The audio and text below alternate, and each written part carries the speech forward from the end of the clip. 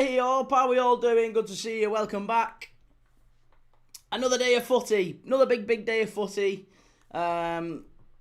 Steel City derby to start us off. I was going to do the Leeds Villa game, but I just thought we would see a better game in this one.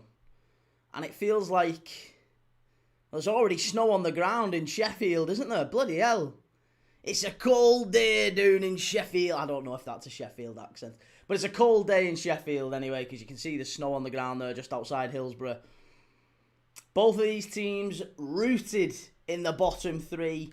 Sheffield Wednesday on -4 points. Is it -4 points they're on? They got a 12-point deduction after they went into administration. And yeah, pretty disastrous start, all told. Understandable, but they've...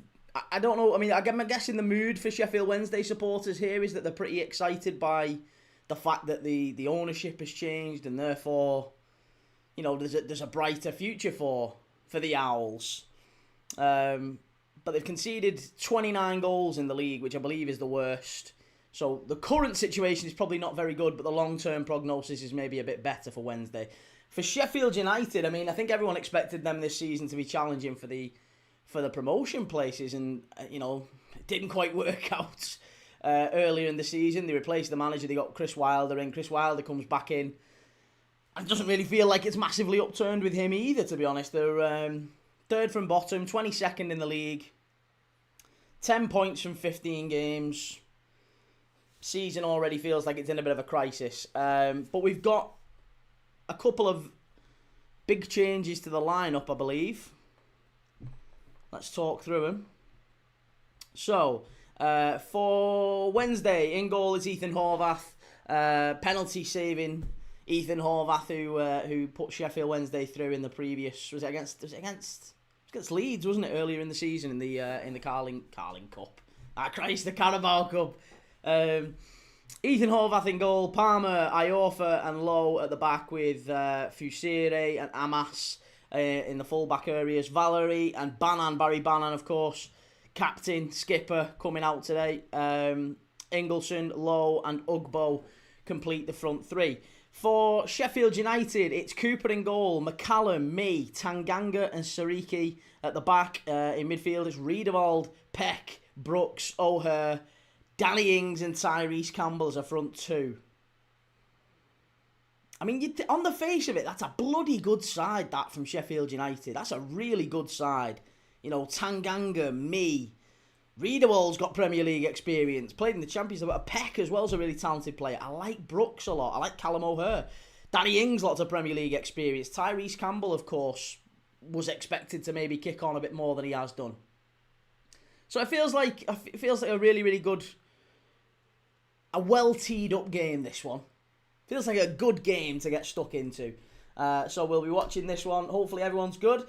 Kane, how's it going? Good afternoon, Key. Good to see you. How's it going, mate? What we saying on TikTok? I'm not ignoring you, I promise.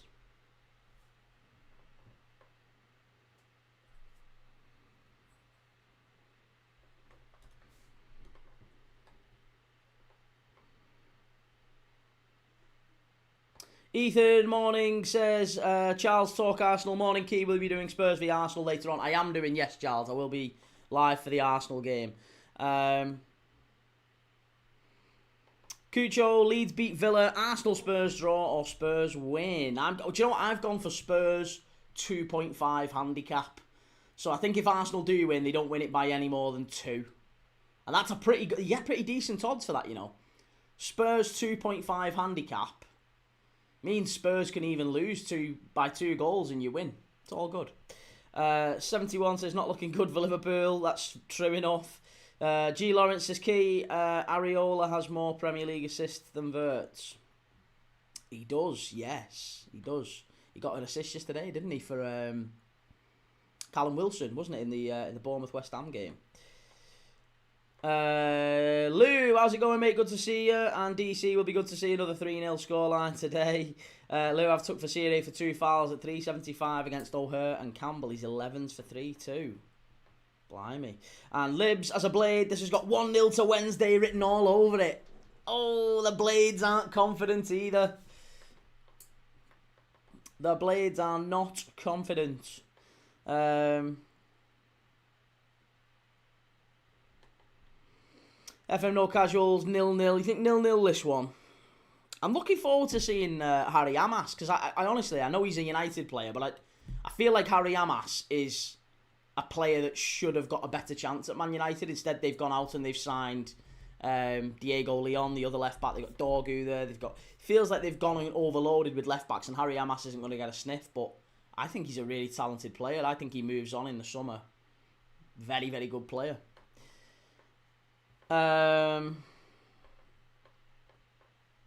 71, did you watch Newcastle v City last night? I did, mate, yes. I was live for Newcastle City. You know me, mate. I'm live all the time. I'm live every day, every game, every big game anyway, I'm live. So, yeah, 2 more today. Sheffield Wednesday, Sheffield United, followed by Arsenal Spurs. Come on, the Spurs. Isaac, Newcastle win a game. We've never been so back. Do you know what? You played really well in that game.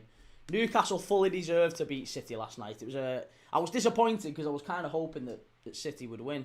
But, no, it was a really good performance from Newcastle. That fully deserved. Definitely deserved the win. Callum Coyle says, I've gone Wednesday, Leeds, Arsenal. If it wins, £100. Wednesday, Leeds, Arsenal. That's a bold choice. Right, well, I'm going to get the scoreboard underway because we are about to get kicked off.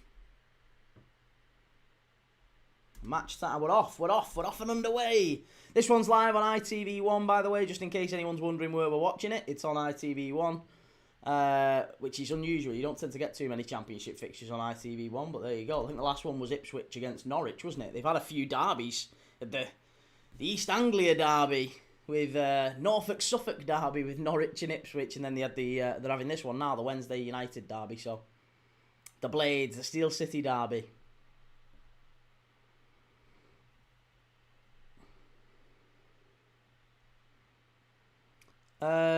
Isaac says TR is the best centre-back to ever exist. And Daniel, hi Key, how are you? I'm good, mate. How are you? Good to see you again, mate. 71, Malik TR is one of the best signings this summer. So consistent. Well, again, listen, Newcastle needed a centre-back, and I think he's come in. He's an improvement, certainly, on Botman and Shah and Dan Burns. So he gives you something a little bit different. But yeah, he's done well since he's come in. Fair play. I mean, a couple of moments where he's looked a little bit rash. And to be fair, if Haaland could finish, I think the game would have been over early party yesterday as well.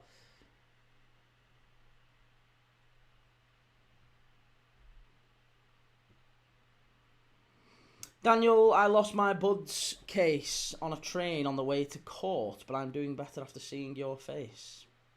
On the way to court? Bloody hell, mate. You've definitely piqued my intrigue now. HGTXV, title long gone for us. Hey, mate, listen. The title was never an option for Liverpool this summer. It was never, ever an option this season. It was always going to be a long shot.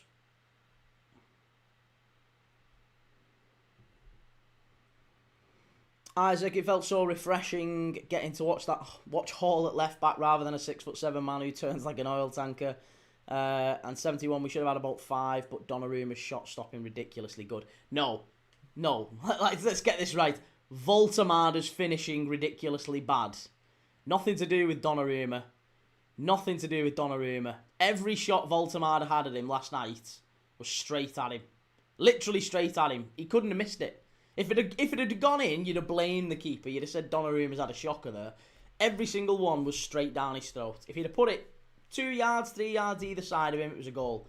But Voltemada had 3 sitters. Harvey Barnes had more than a couple, didn't he? He ended up scoring 2. But he missed a couple as well, didn't he, Barnes?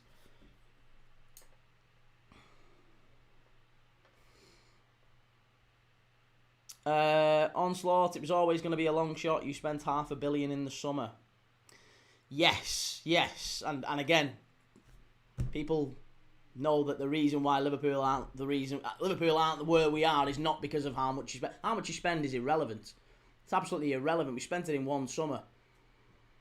Got nothing to do. Plus, the players you brought in, they're not players who come straight in and improve the side immediately. The players who are 21, 22 for the most part. Your Isaacs are the only one that you could maybe look at and say, yeah, immediate improvement, signed to bolster the first team straight away. Come in and have an immediate impact. Other than that, there's a fair few in there that you would expect are going to be long-haul, long-term signings, like Leone, Kirkes, 21, Wirtz, 21, Ekatike, 22.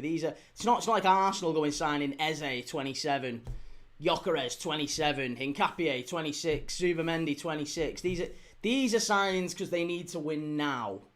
It's not like Liverpool. Liverpool don't need to win now. We're the champions. We've not got the same pressure that Arsenal have. We're building long term.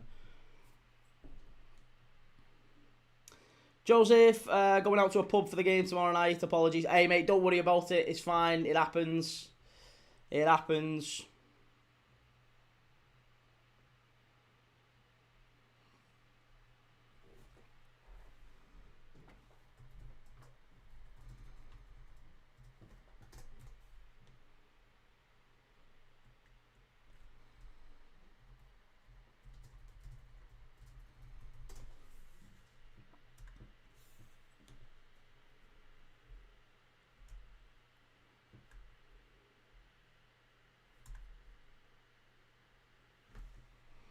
Onslaught, United didn't endure this run of defeats after the Munich disaster.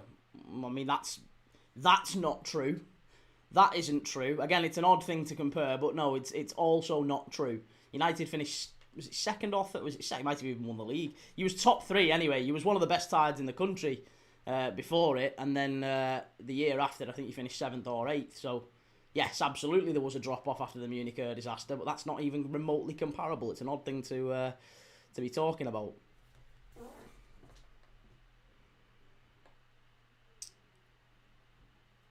Red Wave LFC, some of our fans say you'll never walk alone until we have a bad run. Slot in. Very true.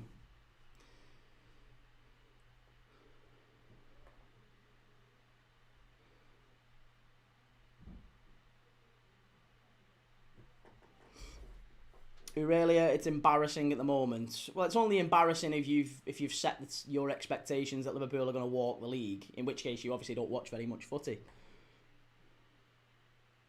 Are you slot in? Well, the default should be slot in. If you slot out, you're a moron.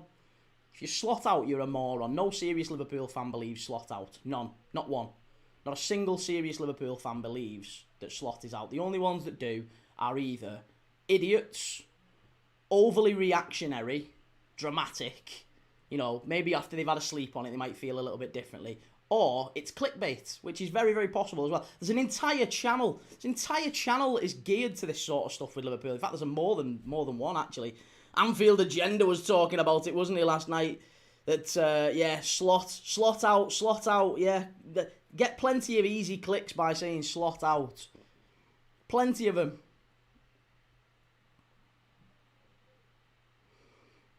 Joe says, hi, Keyline, I'm buzzing me, pal, a bit rough as well. I'm not surprised. And Cucho says, Blood, we lost 3-0 to 19th place. That can happen.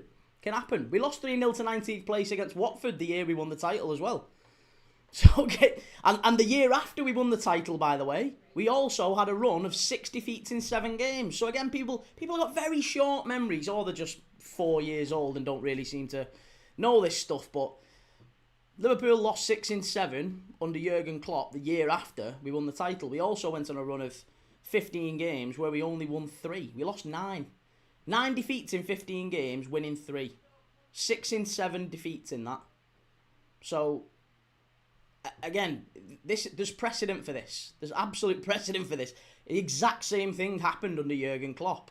It's not uncommon at all.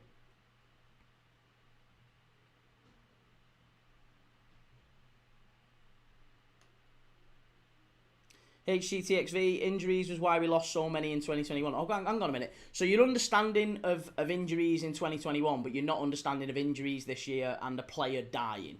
You're not understanding of those things, no? Okay, well, hey, that's your prerogative. I think you're a little bit silly, but there you go. Reese's Footy Feed, come on Wednesday. One of my big soft spot clubs could be a glimmer of light in the midst of a nightmare for them. Yeah, listen, I like Sheffield Wednesday. I think I'm rooting for Wednesday here, to be honest.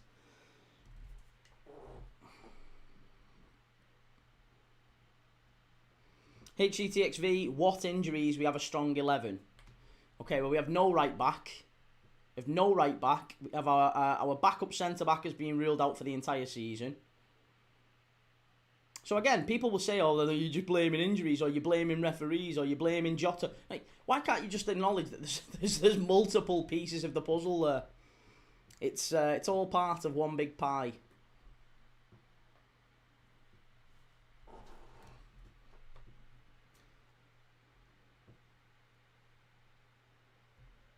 What injuries do you have, though? Well, we didn't have Vert yesterday.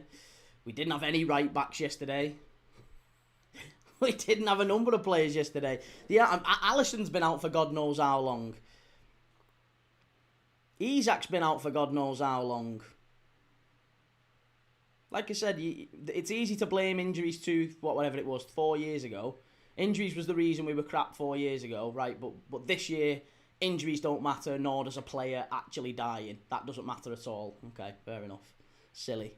But there you go. Daniel, why do you think injuries have increased over the seasons? Probably more games, I don't know. More games, more expected of players. I don't know. Who knows? Liam, to be honest, if you lose to PSV and West Ham, surely that's it for slots. Goliath, afternoon, just watched your reaction to yesterday's game. While there was obvious trolling, fair play for not quitting the stream. I'm a gunner, but it gets silly sometimes. There's multiple factors. Goliath, thank you very much. Really appreciate you coming on and saying that, mate. Absolutely. And to be honest, I know it's people on a wind-up. It's people on a wind-up. People don't actually think this.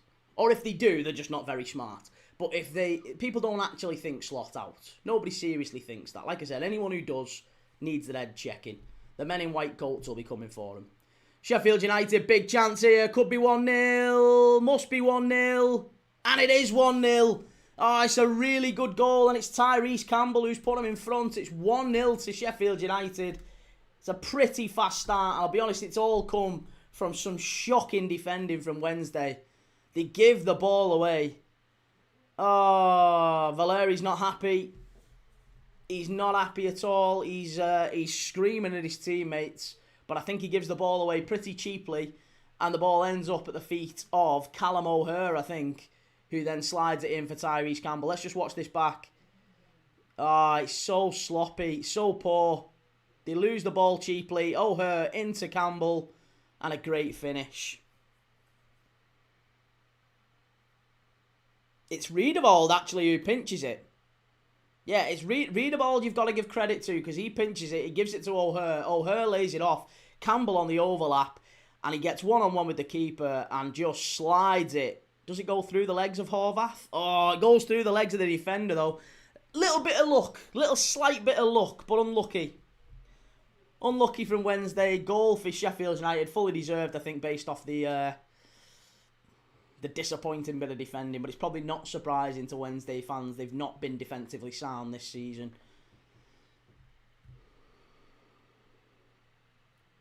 Joe, people asking Slot to be sacked is ridiculous. Same as our fans with Eddie Howe, all forgotten with a win. This is it, mate. They've all got amnesia. They've all got amnesia when it comes down to, if we beat West Ham, we beat PSV, everyone will be thinking, well, you know what? We could get back in the title, We could get back in the title race. Again, these people, the expectations are silly. But there you go.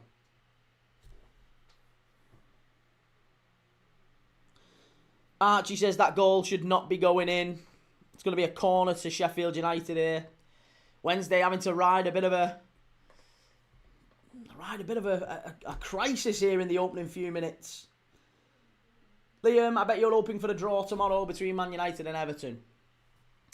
Not really. To be honest, I don't care. I don't care about United and Everton tomorrow because if Everton win, it's great. United have lost. If United win, it's great. Everton have lost. If they draw, then it's brilliant. They've both dropped points. So I'm happy either way. It's one of the few games in the season where I'm quite happy whatever the result is. It's just it's a win-win on Monday night. Ball whipped into the far post. Unlucky. HGTXV, you was thinking early on in the season when we was 5 points clear, we was going to win the league. Don't like it. I said quite clearly many times before the ball was even kicked. Before the ball was kicked, Liverpool will not win the league this season. I don't think we win the league this season. There's been far too much upheaval. The Jota stuff, all of the new signings. It's going to take so much time for us to bed all these new players in. I didn't think we would get anywhere. Well, maybe not close to winning the league. That's probably excessive. I thought we'd maybe be in the title race. But I didn't think we'd win the league. I thought ultimately it would go to Arsenal or it would go to City. And I think that's ultimately where it goes. But to say Liverpool are going to walk the league, and people, this is it. Divvies have got expectations that Liverpool were going to walk the league title because they've spent all this money. Because we've spent the money is exactly the reason why we won't win the league title. You can't. In what world do you sign? You can't change 30% of a title winning side. You change 30, not even 30%, it's more than 30%, isn't it? You can't change 35 whatever percent of a title winning side and just think, oh yeah, be straight back into it, no problem. You're off your head. You're off your head.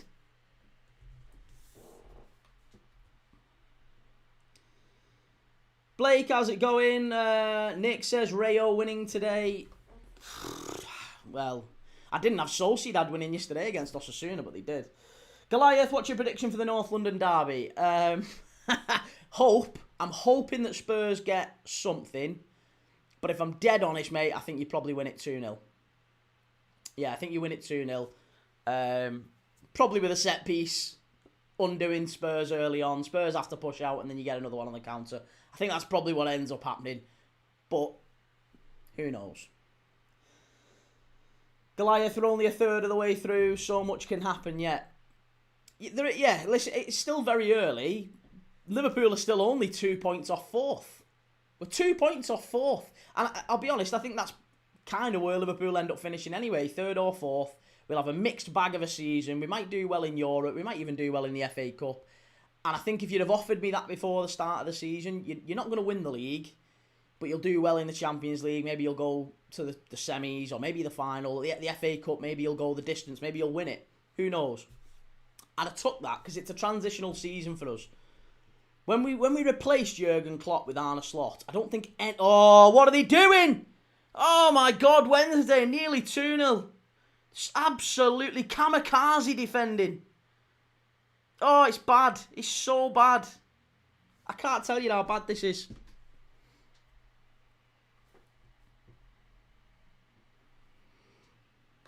Daniel, if you think the title race is over, why do you still want Arsenal to lose? I don't think the title race is over. I never said the title race is over. I just don't think the title race is over for Liverpool. I think the title race is over for Liverpool. But I don't think it's over. I think Manchester City can still get amongst it. HCTXV, so from winning the league, you're happy with potentially winning nothing and finishing fourth. Well, okay, we'll put it this way. Let's reframe that, right? If last year, when Arne Slot comes in, he didn't get anything to spend in the summer, if we'd have finished third or fourth, would you have sacked him? Would you have sacked him last year if we'd have finished third or fourth and not won anything? The answer is no. That's the answer you're looking for. If this year we'd then spent whatever and we'd won the league, you'd be delighted. So all we're talking about is reframing the whole narrative here in terms of when we've achieved what. He overachieved massively last year. He's then had to deal with maybe the biggest... It's the most unique thing that's ever happened to any manager in modern history, that a key player, an important player, has died a couple of weeks before a season starting. It's just not happened at this scale for a title-winning side in modern history. It just hasn't happened. So for Liverpool to be dealing with that, for Arne Slot to be dealing with that, I think he deserves a lot more empathy than people are seemingly willing to give him. But nobody wants to get... And that's fine. Again, it's people on a wind-up, rivals on a wind-up, fine. Liverpool fans talk a big talk about you'll never walk alone, but only when it suits them. Only when it suits them. I've never heard so much shite in the past 24 hours, and it's all from fucking Liverpool fans. It's all from people claiming to be Liverpool fans.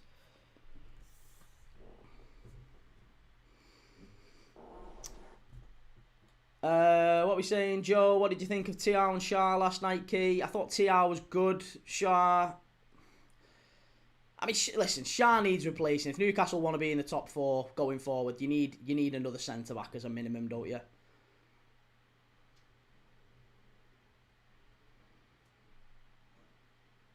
Ralph, for us though, Key, I reckon our depth needs improving. Agreed.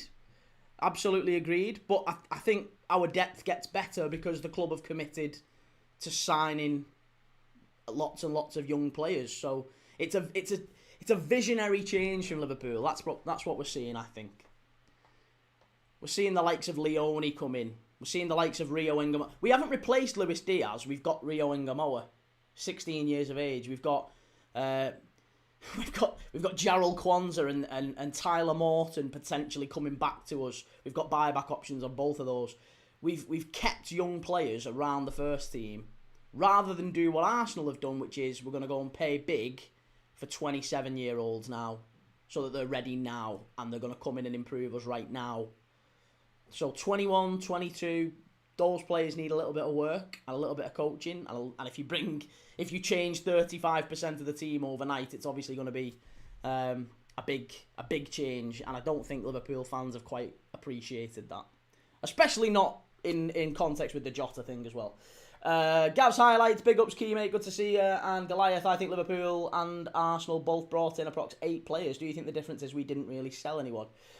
Well, I think there's that. I think you didn't really sell anyone.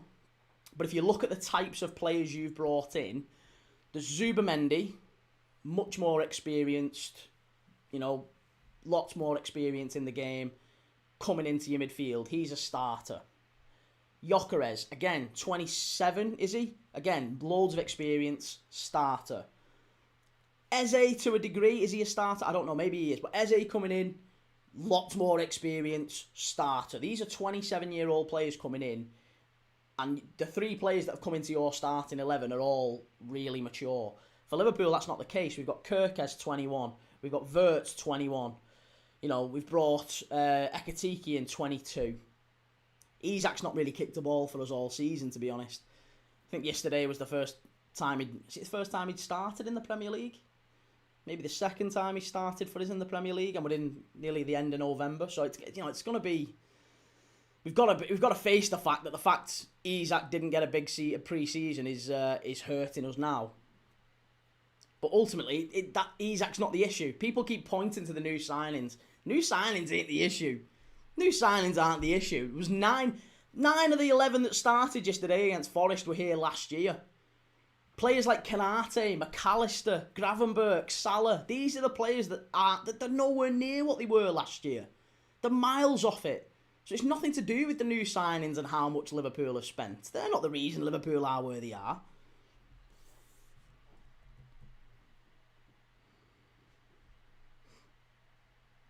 Jay Sakini, Kevin Keegan was on bad form with City when Mark Vivian Foe died, but they still gave him time.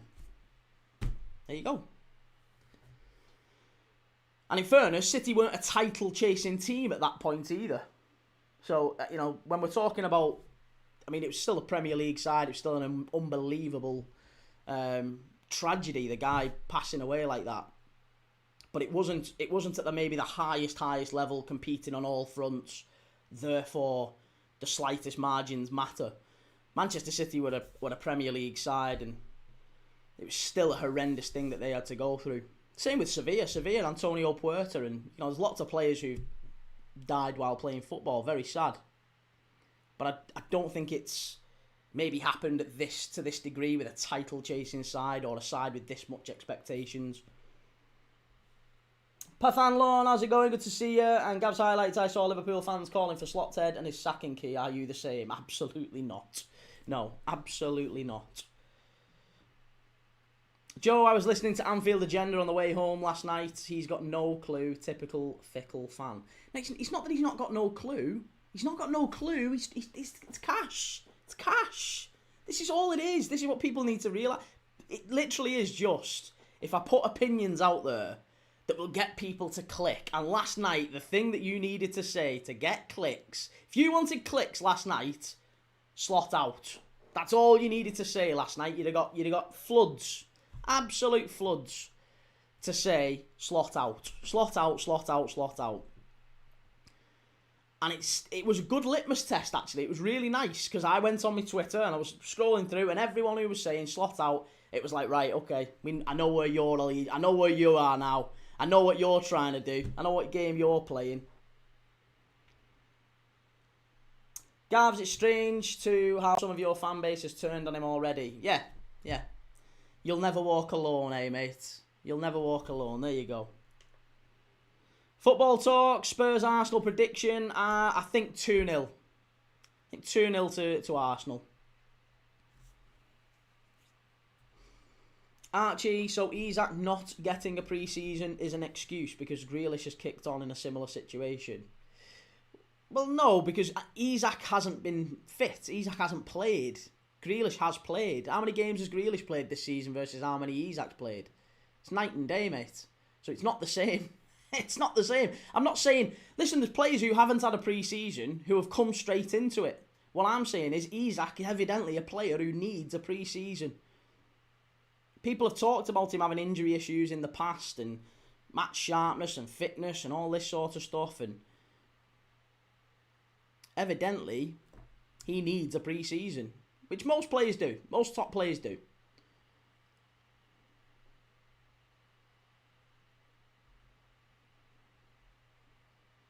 Archie, Grealish started 4 games last season. And how many has he started this season for Everton? Pretty much every time, right? Pretty much every game. It's not the same. That's what I'm saying. It's not the same.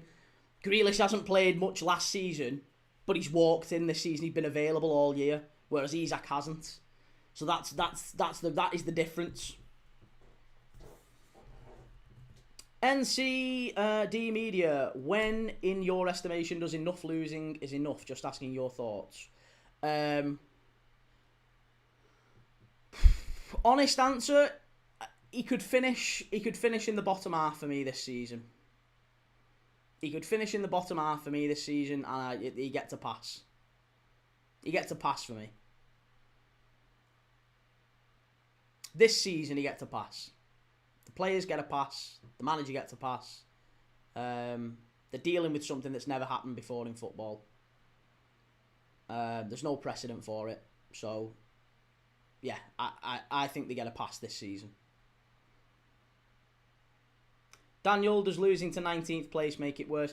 Nah, listen, losing to 19th place, that's just media twist. That's media spin. That's rivals trying to have a dig. Liverpool losing to 19th. We've lost to 19th place when we've won league titles. We lost to 19th place when we lost to Watford, and we won the title. You can, who you lose to doesn't really matter. United fans are pretty happy this season, aren't they? United level on points with Liverpool at the minute. Even though Liverpool have had a horrendous season, United fans are very happy at the moment. They lost to Grimsby. They won't sack in the manager. It doesn't matter who you lose to. Anyone can lose to anyone. It's maybe the beauty of English football, isn't it?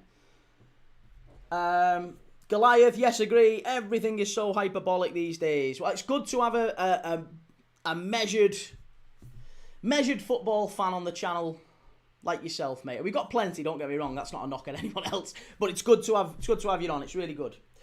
Gav's highlights as a non-Liverpool fan key. Myself, what is the actual problem at the moment with Liverpool? Surely it's not just because you didn't get a centre-back. No, it isn't. It isn't. This is it, mate. The answer is everyone wants a one-word, simplistic, convenient solution. What is the reason Liverpool are so bad? Give me a one-word answer. There isn't one. No one-word answer exists. It's layers. It's multiple layers. And I think, do you know what the honest truth is here? The honest and painful truth for Liverpool fans is, I think the only thing that fixes it is time. And it might get worse before it gets better. That might have been a penalty, that, to Sheffield United. Header into the box. Oh, I tell you what, I think there's penalties given for that. If that's in the Premier League, that's a penalty. Yeah, I think it might have been a pen. It's not going to get given. Obviously, it's been no VAR in the Championship, but still 1-0 to Sheffield United. And Gav's highlights, Liverpool may be poo at the minute, but they still beat Arsenal 1-0. Yeah, there you go. Anyone can beat anyone, evidently. Forest can beat us, we can beat Arsenal. Chris Slater, sacking the manager now would be the worst thing to do. Yes, Chris, could not agree more. Thank you. Wonderful. Love that, Chris. Love it. Bang on the money. Sacking the manager right now would be kamikaze stuff from Liverpool. And I'll be honest with you, I don't think anyone at Liverpool Football Club, in the management of the club, in the hierarchy, has even thought of it. I don't even think it's considered. I don't even think it's crossed their mind. It's not crossed the ownership's mind. Not at all. Chris Slater, and that's from a United fan. Hey, Chris, listen. You lads know better than anyone when to keep faith with a manager. Because I'll be honest, mate. I said sack Amarim all summer. I thought you guys had a level. You had a bar. And last year, you won nothing. You finished 16th, 15th, wherever it was you finished. Awful year for United. If ever you was going to sack him, that was the time. It started this season. It got a whole lot worse. You went out to Grimsby. There was still clamours to sack him. They've stuck with him.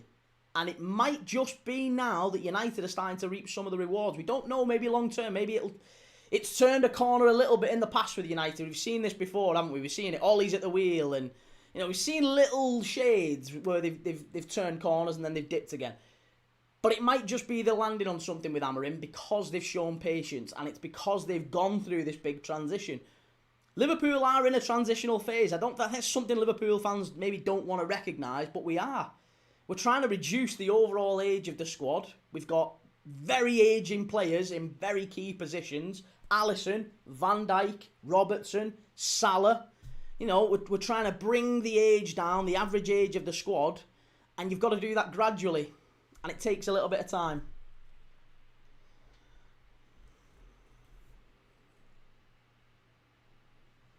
Paul Hexham, only Man United keep sacking managers to chase the Fergie dream. And cheers for that. Thank you, Paul.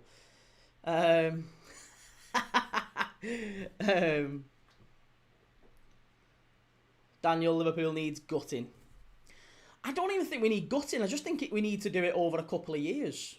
And I think the expectations need to be aligned during that. It might have actually been very helpful if, at some point in the summer, maybe the club could have said, do you know what, we're going to try and do something here to... it's going to be a long-term plan to try and improve the standing of the club. Long throw in from Sheffield United. Flicked on. Cleared away. NCD Media, Kanate needs to go now, but Slaughter's got a margin of time before the board eventually step in. I honestly don't think the board step in at all this season. I think it would take us being... It would take something incredibly special for the manager to go this season. I don't see it happening.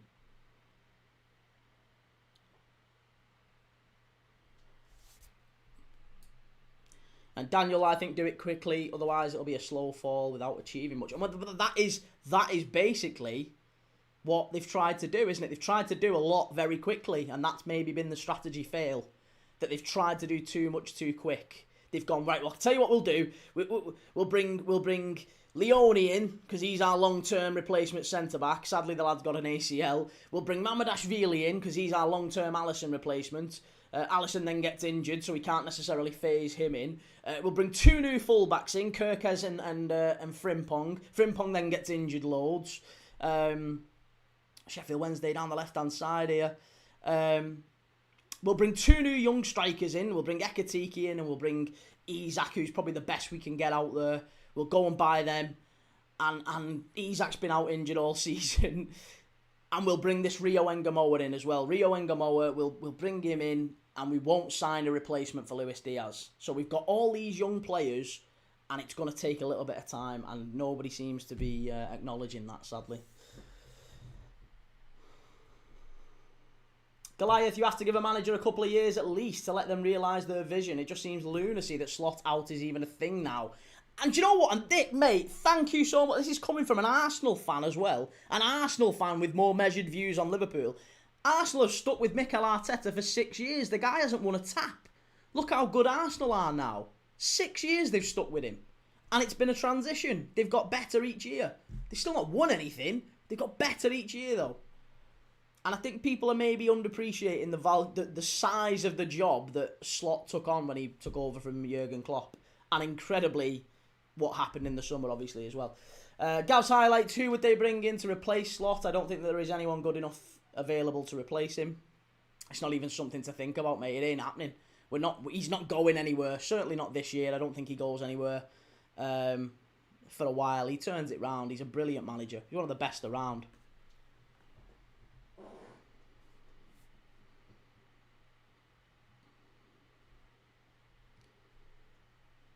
Says, you'll never walk alone. Terms and conditions apply. This is it, mate. Hey, I'm a Liverpool fan. I'll agree with you. This is the unbelievably undying loyalty and love that Liverpool fans. Honestly, you'll never walk alone it's an embarrassment at this point. It's an embarrassment that you'll never walk alone is the slogan we have of our club when we show this sort of an approach. And people will twist that and say, oh, well, you're not allowed to criticise the manager. No, of course you're allowed to criticise him. Slot's done loads wrong. I was criticising him in the game yesterday. You can absolutely criticise him without saying he needs to go. You can criticise him, you can criticise players without, but that's the problem. People only know two speeds, don't they? They know he's absolutely brilliant, he's world class, he's the best thing ever, or he's shite, we need to sack him, we need to sell him, we need to get him gone. People only know those two speeds on social media, and you have to pick which one you go. If anything in the middle, doesn't get clicks, no one's interested in that. Nobody's bothered in that. Nuance and discussion and context and balance, doesn't work.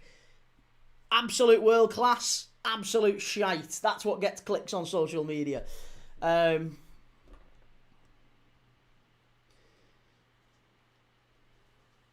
Gregor's 95 says the same overreaction has been happening with United since Fergie left. Fans are more impatient. I mean, fans listen to the social media stuff, and it's fed by the papers, isn't it, and Sky Sports and whatever, to build up these games. Because all of a sudden now, a game, Liverpool against PSV, midweek, Champions League night, right? that would normally be a dead rubber that Liverpool would win 4 or 5-0. And we might still do that. We might still win 4 or 5-0. And even if we do win it 4 or 5-0, people will still say, well, it was PSV. So we can't win. Liverpool now cannot win in midweek in the Champions League. It's impossible. We can't do it. So, doesn't matter what happens, but TNT and everyone else will build it up as a really big game now. It's a massive game. Liverpool have to win. If they don't win, even if they draw, or even if they win, but they leave it late and they don't play well and they don't absolutely batter PSV, it's confirmation bias. It further just builds into the narrative that Slot's losing it and, oh my God, there's meltdown. They love all that because it's money, it's coin, it's clicks. And dickheads give it to him. Numpties, like some of these we've got in the chat, they give it to him. They're literally, TNT and all the others are there waiting. They've got the bait out, they've got the rod out, got the rod out, and they're just waiting. They've got it cast out and they're just waiting for someone to have a little bite.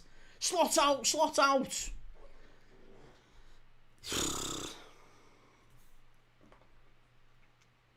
Gav's highlight says Slot could end up winning the league this season instead. You never know what's going to happen.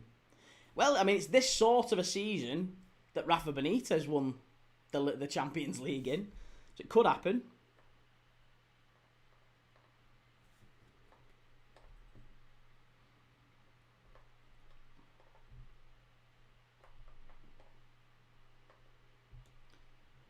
Blake Griffin, Sky Sports, Mafia, piling on the pressure, and Ginge. I can't lie, I love watching Craig Burley and Steve Nicol on ESPN now. Liverpool are rubbish.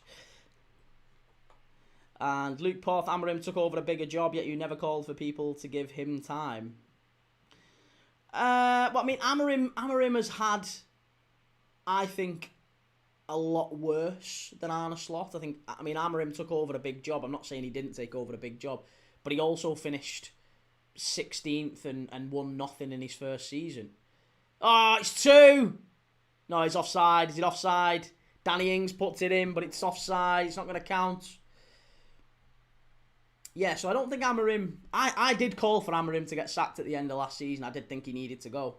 And I'm not saying I've been proven wrong necessarily on that yet, but I could well be. But what I will say... I think he's on there. I think he's on there. That should have been 2-0 to Sheffield United. Daniel, what team has impressed you the most in the Premier League this season? What team has impressed me the most? Do you know, probably lots. All of them, really. All of them in different ways at different times. Apart from Liverpool. Yeah, like Arsenal, the relentlessness of Arsenal to keep going and winning at Newcastle. I thought City at different points have been really, really good. I think Spurs, when they went to City early part of the season, I was astonished by it. I thought they were fantastic. I think United, again, United haven't massively impressed me at different points in the season, but then they've picked up some pretty decent results. I mean, and resilience in terms of they go behind against Forest and they somehow find a way. They go behind against Spurs late, they somehow find a way. I like that in teams. I like that Amorim has got that out of him. Sunderland, obviously you can't look past Sunderland. I think Bournemouth have been incredible again. Andoni Iraola proving what a fantastic manager he is. So at different points, I would say all teams have impressed me to some degree, but nobody's like been consistently brilliant. Palace have been good in parts. Forest, I thought, they've started to show. Even West Ham, West Ham have started to show up a little bit now.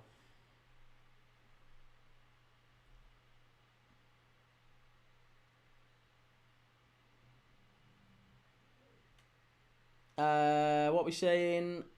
NCD Media, thoughts on Liverpool and their up-and-coming game against PSV? Yeah, I was just talking about it, mate. I think Liverpool can't win, can we? We can't win either way, whatever happens. If we win, well, it's PSV, you should win. If Liverpool win and we just about win, like 2-1, and it's a late winner, then it feeds into the narrative that Liverpool are falling apart.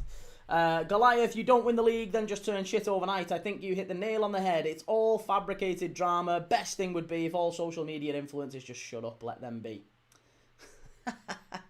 Gav's highlight says key. I see you didn't mention us lot. Oh, well, Chelsea, listen. Chelsea, yes. Chelsea to some degree as well. I think Chelsea have surprised me. But I still don't think... do you know what it is, Gav? Do you know what it is? I'd say Chelsea are where they are, I think, and Chelsea will finish about fourth. Like, I don't see... Liverpool have massively underperformed. I'm looking... When he says which teams have impressed you, Chelsea have at times, but I don't think I see Chelsea finishing any higher than they are, really. Third or fourth. Do you know what I mean? I think that's kind of Chelsea's limit. And they're a good side. They are a good side. You are a good side.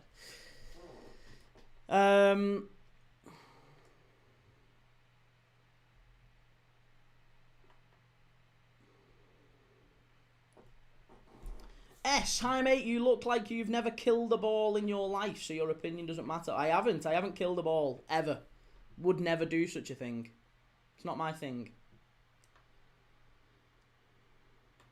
Daniel says, what surprised me most about Chelsea is that Palmer, they've won games without Palmer's penalties. Yeah, that was a good performance against Burnley yesterday.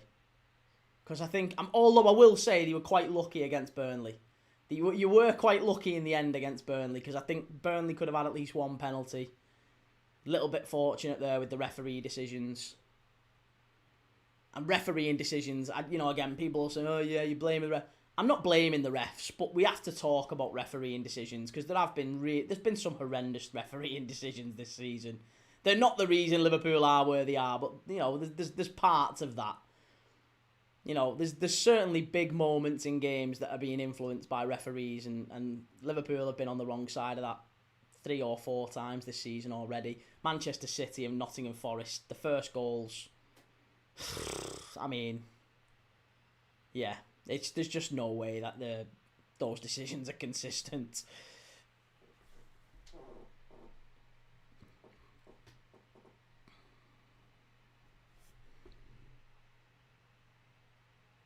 M8799, I still need to see Isak converts fully bedded into this team and will be a much better team. I know, but again, that takes time, doesn't it? That's the solution. That is the answer. You're right. You are absolutely right. That is the answer. Liverpool need time, and that's all it's going to take. But it will get better. It probably will get worse before it gets better. NCD Media, I do think that we'll do better on the European stage, though the Madrid game, in my thoughts. Possibly. But then again, Galatasaray, we were pretty poor. Atletico Madrid, we threw it away. You know, Real Madrid was a good performance. Real Madrid is certainly the best performance of the season. I thought we were terrific defensively and going forward in that one. It was a really, really top performance. And ironically, that is the only game this season, maybe, where McAllister has turned up. And there might be a correlation there. Correlation isn't causation, but that might be a reason why. It might be the fact that McAllister has finally turned up in one game and Gravenberch has not been... Gravenberch's looked... Honestly, I can't tell you how bad Gravenberch's been, but it's because of the fact I think he's effectively playing it on his own in midfield. You might as well have me in midfield alongside Gravenberch, because McAllister... Oh, that's a red! That might be a red! It could be a red! He definitely follows through. He definitely follows through here. Certainly a yellow at least. Depends on the old stud placement. It's for Sire. He's going to get a yellow card. Goliath says, agree on refs. I thought yesterday's goal should have stood. The error was against City. That was outrageous. But, mate, I honestly wouldn't mind. Listen, the reason... If City's goal gets given, then I think... Oh, sorry, if Liverpool's goal gets given against City, then I don't mind that one getting given yesterday. I just want consistency. If it gets ruled out against City, it has to get ruled out yesterday as well. And again, I wouldn't have minded that either. I still think we probably would have lost the game because Forest were the better side and we were crap. And that might have also been the case against City. They might have given it against City, and they might have not given it yesterday, and we could have still lost both games. And that's entirely plausible, but they would be different games. You can't deny that. All we want is consistency. NCD Media, that's a definite red. He definitely, he caught him, didn't he? Wednesday pushing forward here now, though. Oh, unlucky. Daniel, do you think Liverpool can only get up for big games? No, I don't think so. No, because we've certainly played well in maybe the lesser games at certain points too this season. I mean, I don't think there is really a lesser game in the Premier League. We played well against Villa. Newcastle away, is that a big... I thought Newcastle away was a good performance. If you think how City went yesterday, and City got pretty much battered, you know, we went there, we rode our luck a little bit, but we got 2-0 in front. We end up throwing it away, but then we show the resilience to come back in. So, yeah, I thought it was good. Thought it was good at different times, different points. Totti, I genuinely think the midfield is a bigger problem than the defence. I don't think either of them are the problem. I think both of them are the problem, if you know what I mean. I think the problem's bigger than both of those things. It's not just Salah. This is it. People are looking for simplistic answers. It's not just Salah. It's not just Kanate. It's not even personnel. It's not any one player or even any two players. It's not the defence. It's not the attack. It's not the midfield. It's a combination of everything. It's all of those things and none of those things. And that's what people don't seem to want to listen to. They don't want to seem to talk about it. Goliath77 heading off now. Key, cheers for the chat. It's nice and rare to have reasonable chat with rival fans. Hey, listen, good to have you on, mate. Please do come back. It's good to have Arsenal fans on. We have got quite a few. But you've been one of the better ones. Good to have you on.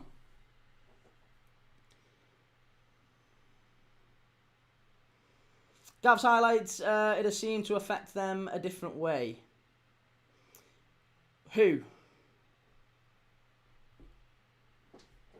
TJ, too many changes across the pitch, so it's from keeper to striker the problem. Exactly, yeah, that's it.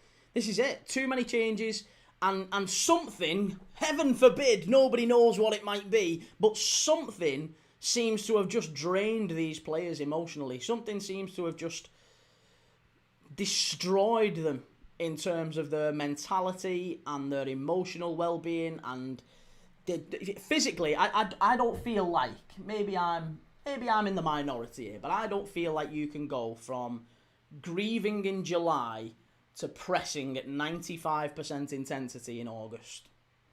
Don't feel like you can do that. Even elite athletes aren't immune to being human. They're not robots.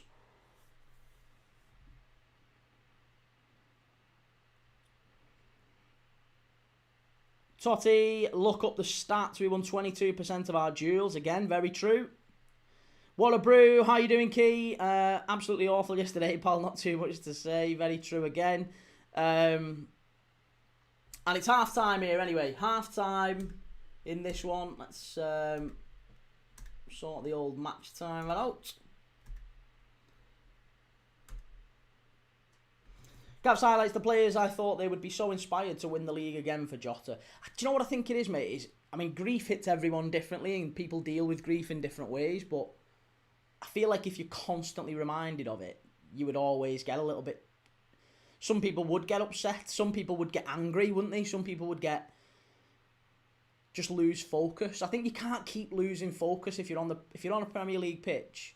If something keeps happening in the 20th minute that causes you to lose focus, no matter what it is, and bring up memories, and for that split second you're thinking of Jota, you're not thinking about, I've got to track him, or, and it's not even for the split second, it's sung for basically the full minute. So,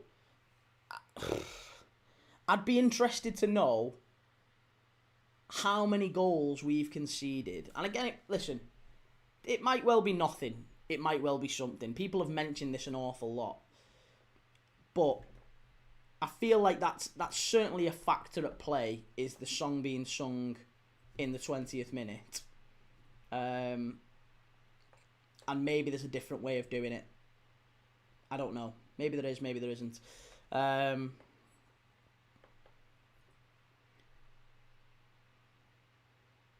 Because we conceded the first Haaland goal just after that. We conceded the first goal against Forest just after that. We conceded the first goal against Palace. All the first goals are after that period anyway. Brentford was dead early, wasn't it? It was 5 minutes. What about home games? Home Man United was dead early. Southampton, they played quite well, to be honest. Southampton, their goal was late. Everton's was late. Atletico Madrid's was late. So yeah, there isn't really a correlation in goals in terms of goals scored. But I was going to say, I'd be intrigued to see if there was any, if you looked at the stats, if there was any maybe uptick in duels won, duels lost around that sort of 20 to 30 minute period. Is there a noticeable difference? You'd have to do some sort of a project on it, I guess. But I'd be intrigued to know what the answer is. Plenty of people have talked about it.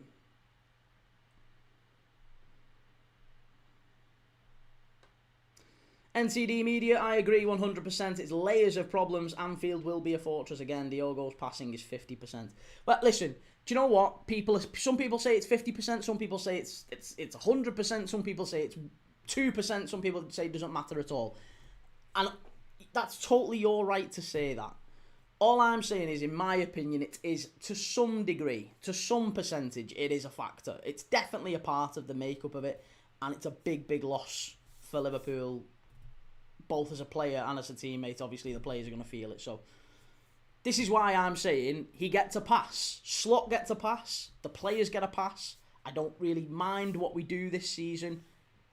They aren't immune from criticism. We can still criticise them, but I think we've got to look at the reasons why they are playing the way they are, and I think Jota isn't one tiny element of that.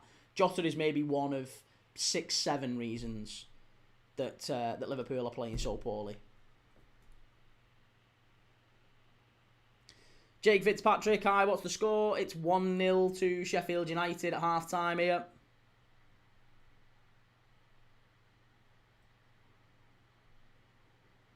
Dan says, nothing to do with that, just the players don't work together. And do you not think players not working together tends to take a little bit of time?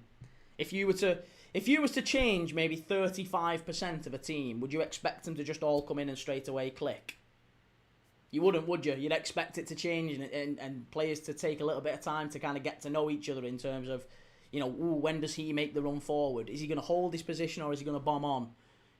All of these things matter. All of these things make a difference. And you need to know them inside out. And that just takes time. And that's why I've said I honestly think it gets worse before it gets better for Liverpool.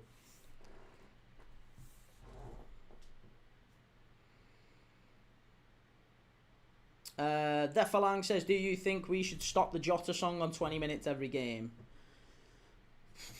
I mean, I don't know. I don't know. I don't know the answer to that. Do you think we should? I don't know what the answer is. I feel like... I feel Jota passing is certainly an aspect that needs looking at, that is contributing to how the players are feeling. I don't know if the club have done like grief counselling or like both as individuals and as a team, because obviously there will be some people in that team who don't even know Jota. Obviously, I'm not talking about your Florian Wirtzes and Frimpongs who maybe they've never met Jota before. Maybe I'm not necessarily talking about them, but I think they need support as well. Because do you know what I'm thinking? If you're Mo Salah, for example, and you're sat next to Diogo Jota in the dressing room, and then all of a sudden he's gone, and you're upset, and Florian Wirtz is sat there next to you now, I think it'd be natural, it'd be human, wouldn't it, to be like, well, who the fuck are you? Do you know what I mean? You'd feel a little bit like that. It wouldn't be Wirtz's fault, but you would feel a little bit like that. Or some people might have a tendency to. So I can understand why, that's why people have pointed out there's been stats done this week that Salah hasn't passed to Jota and all this sort, or Salah hasn't passed to Wirtz since Jota and all this sort of stuff. I don't know if there's anything to do with that. I imagine not. It seems that people have put 2 and 2 together and got 5, but it's an interesting angle.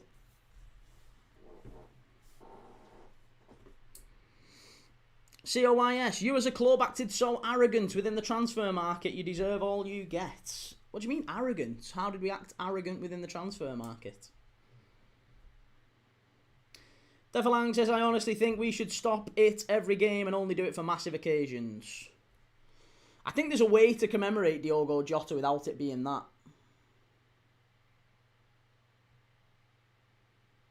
Yeah, I do. I think there's other things we can do to commemorate him. Dan, time has to move on. Can't just live in the past. People have a job to do. Yeah, but people have a job to do. It's not like going to work. It's not like going and doing, you're not on a building site, mate. You're not on a building site where you can, to some degree, just show up. It's not like that in the Premier League. It's the highest level. It's the absolute highest level. So the slightest thing, 1 second where you turn off, can be the difference between winning and losing. If you switch off because you hear Diogo Jota's name being sung and it gets you a bit, yeah, do you remember that time? And all of a sudden someone's ran off the back of you. That's the goal. That might be the winner. It's these things that are the difference between winning and losing games often. Reese's Footy Feed, did Liverpool have the option to make the transition in personnel more gentle and gradual than it was? Or was it mostly all needs must this summer? That's a very good question, Reese. Now that is the interesting question that I think people aren't really talking about, but it's a brilliant one.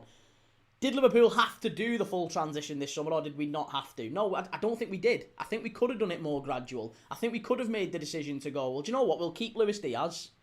We'll keep Darwin Núñez. We won't get Isak. We'll keep Jarrell Kwanzaa. And we'll keep Harvey Elliott. And we'll maybe only change a couple of things at a time. We'll get Frimpong in. We'll get Kirkes in. Or maybe we won't get Kirkes in. Maybe we keep Tsimikas. Yes, absolutely we could have done different things in terms of maybe not buying 7 new players that are going to go mostly in and around the first team.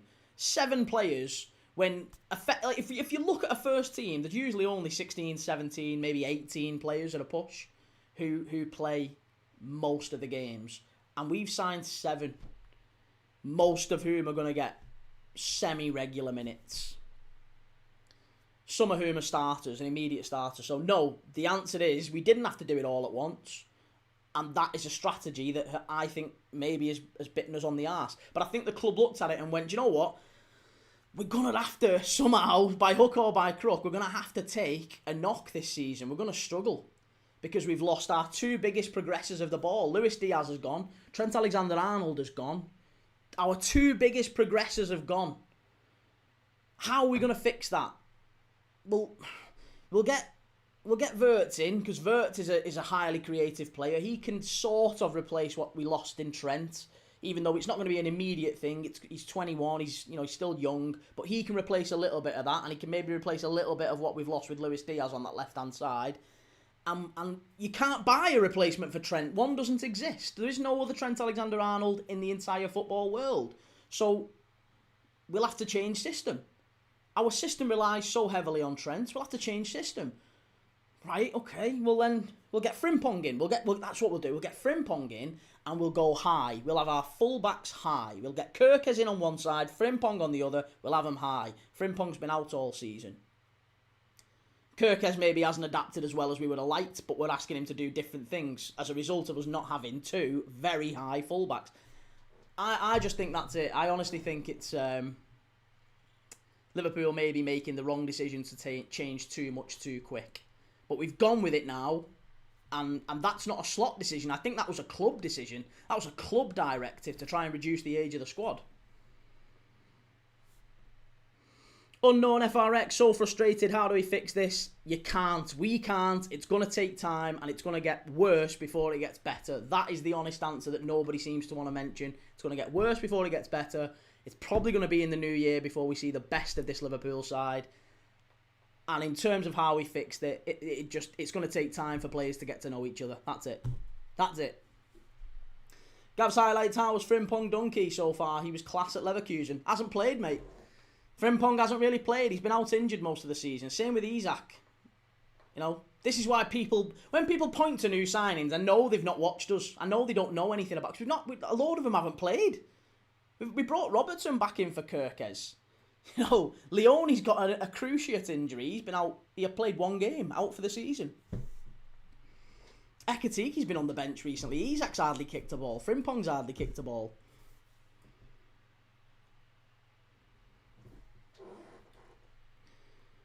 Daniel, do you think Kirkes deserves a starting place? Yes, absolutely. And UFC David, Isak has played. He just don't play well in your team. He hasn't, mate. He hasn't played at all. He hasn't played at all. He hasn't completed 90 minutes for us. The guy has been a sub in a few games. He started a couple of games and kind of come off and gone on, and he's not played. I'd love. I don't know how many appearances he's on for us so far, but I would imagine it's maybe 6 at a push. Unknown FRX, we really shouldn't have brought so many defenders and just should have just got defenders. But defenders ain't the issue. This is it. It's simplistic. Defence is not the issue for us. Defence is not the issue. Gavs, and basically you've got a bit of an injury crisis. But yes and no. Yes and no. That's not the reason, but it's a part. It's not helped. Like us not having a right back yesterday. We didn't have a right back. No fit right back. So the only option we really had was either putting our only fit centre back, other than Van Dijk and Konate, our only backup centre back to right back, or Szoboszlai at right back. That was our only two realistic options. And he put Szoboszlai to right back, and he got a load of criticism for that yesterday, Arne Slot. So we can't really win. If he'd have put Joe Gomez there, and Forrest would have put Callum Hudson-Odoi on, Callum Hudson-Odoi would have tore Joe Gomez to shreds, and he'd have got criticism for that as well. So, can't win. Lee Webster, cheers for that, mate. Thank you very much. And Lou, for Siri, lad, did you back it? I didn't, mate. No, I've been on the live, so I haven't had time. That was a really good shout. Well done. NCD Media says, bloody great to Alisson is now back, even though we lost yesterday. Great to see him back. Yeah. I mean, be honest, Mamardashvili's been fine, though. I don't think Mamardashvili could have saved any of the goals that... I don't think Alisson could have saved any of the goals Mamardashvili saved. Or rather, conceded. Hey up, Jake, how's it going? And unknown FRX, I would have put Curtis Jones in there and Sobbo in midfield. But again, either of them wouldn't have been the right answer, would they? Either of them would have been, a real pain in the backside. Callum Smith says, prediction for the North London derby, I think 2-0 to Arsenal. I hope I'm wrong, but I think it'll be 2-0 to Arsenal. Jay says, Mama was poor against United. Was he? How was he poor against United? United didn't do anything. He couldn't have saved. Alisson's not saving the first or the second. He doesn't save the first or the second. Spurs, do you rate Tottenham? I do think Tottenham finish in the top 6. Yeah, I like Spurs. I think Spurs will do well this season. I like Thomas Frank a lot as well. Right, we're off for the second half here at Hillsborough. Can Sheffield Wednesday get back into this?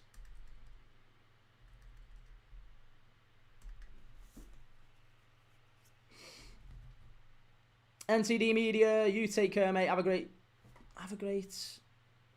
channel and unbiased content. Have a great day. You too, mate. Thank you very much. Good to see you on. And yeah, thank you very much for coming on. Thank you for saying so. Jake, do you still not fancy Arsenal for the league key? I still think Arsenal. I think there's a long way to go. There's a long way to go. I think my tip was City at the start of the season. I'm going to stick with my tip and say Manchester City win the league. Yesterday wasn't a particularly good day for City, but I thought Newcastle played terrifically. You deserve to win. Shows how hard it is to go to St James's Park. They were, you had loads of chances.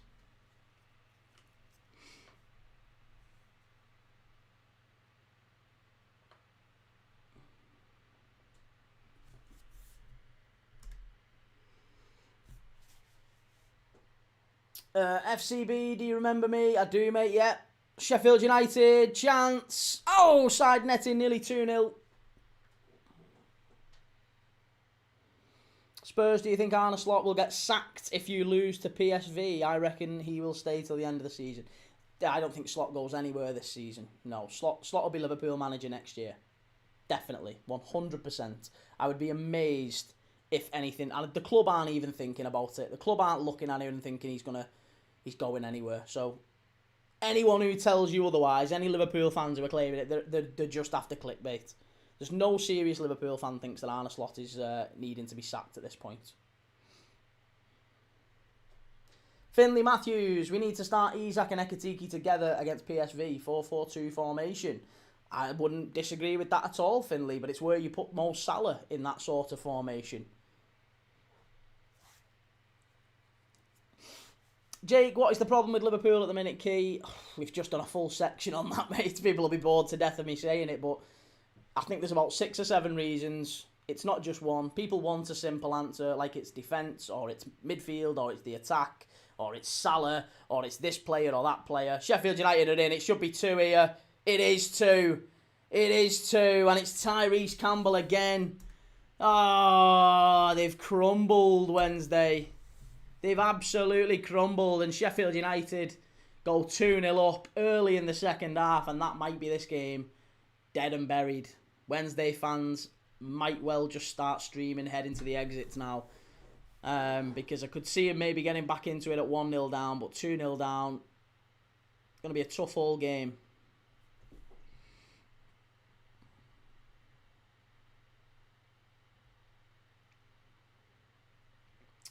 Jake, usually the case key, it will click. Could say the same for Newcastle, to be fair.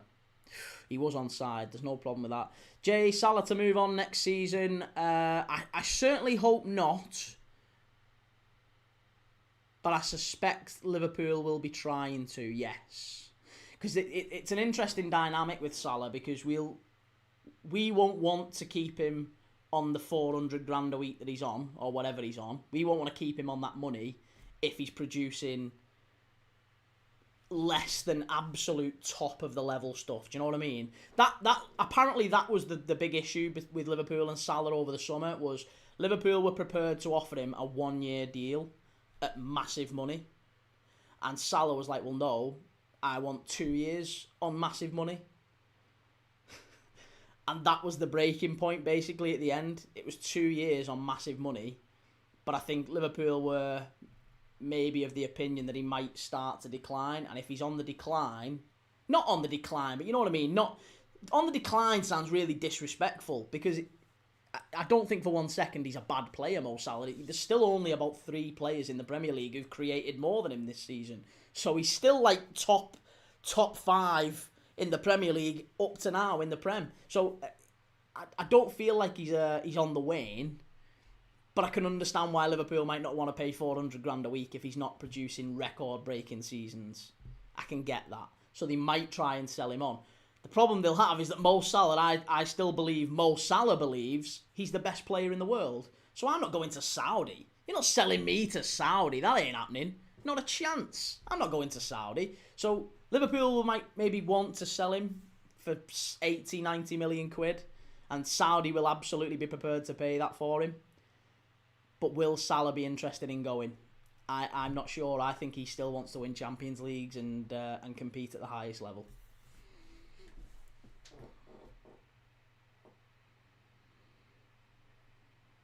Spurs, are you streaming Tottenham Arsenal tonight? I am, yes. As soon as this one's over, I've got a couple of things to do, and then I'm going to be switching on the Arsenal Spurs game. So, yeah, I'll be live for Arsenal Spurs later on. Please do give us a like, give us a follow, give us a sub. All that good stuff. FCB says, have you been to the Bet365 Stadium in Stoke? Yes, I have been there. And Gav's highlights also key. What do you think has happened to Big Virgil? Do you think age has caught up with him? I don't think anything's happened really with Virgil at all. People keep talking about Van Dijk. Van Dijk's not had a bad season. No more than anyone else. He's just part of a defence. Again, people don't want to... Is he absolutely world-class, unbelievable like he was last year? No. But I think that might have something to do with the fact that he's had a different goalkeeper behind him. He's had a different right-back. He's had a different left-back. And the guy next to him has had one of the worst seasons we've seen of a centre-back so far. So, you know, he's probably the only one of a back five that has had even a half-decent season. So if you're part of a defence like that, I think you got to cut Van Dijk a little bit of slack. But again, people will reach for that, won't they? People will want to say he's there, you know, he's crap, he's awful, he's washed. Again, it's nonsense. You don't listen to these people. Can't take these people seriously. FCB, do you do match day vlogs? I don't, mate. No, I just do watch-alongs.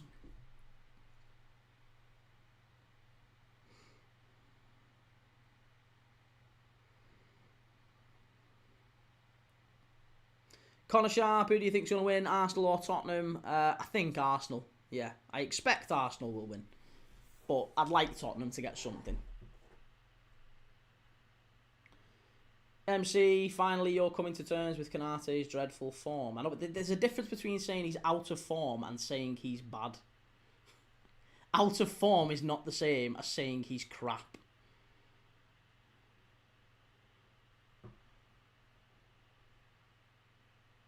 Gav's highlights, that's true what you said about him having different players by him. Yeah, well, that's it. But again, people don't want to acknowledge that and as being a reason.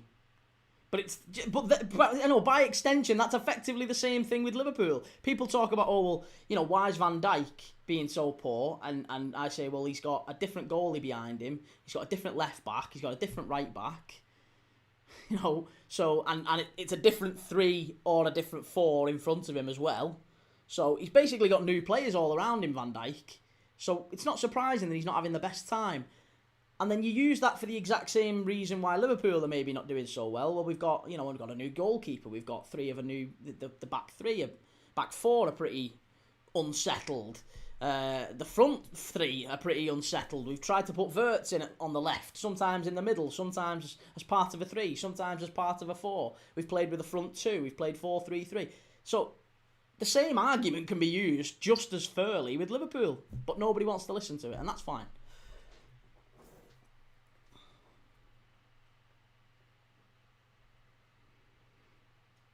Spurs, what do you think of Dragusin, the Tottenham centre-back? Yeah, he's okay. He's alright.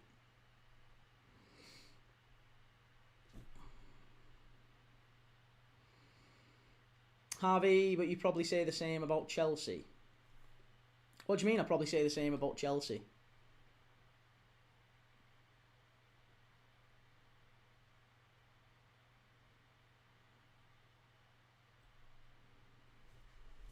Gav's highlights, same thing with our crappy defence. They don't trust that fool Sanchez in goal. Well, I know, but at least with Chelsea, you've got mostly the same... The players at the back for Chelsea are the same sort of players who've been there for a good while, haven't they? Cucurella's been there for a good while. Reece James has been there for a good while. You've got Fofana there. You've got Robert Sanchez there. Even the players that you've brought on, like, Badia Shield came on yesterday. They've been there for at least a year or two. So it's not brand new. It's not entirely new. And that's the difference with Chelsea and Liverpool, is you're working from a base that at least has some sort of consistency to it. And then in front of them, you've got Caicedo and Enzo Fernandez. Again, consistency. Liverpool haven't had that. Liverpool have changed our midfield around at different points. Alexis McAllister has been...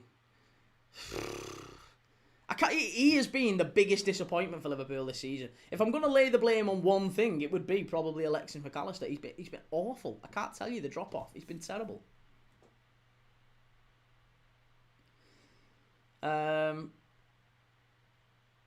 Harvey, you have a base, though. What are you talking about? You have a base, though? I don't know what you mean by the Liverpool...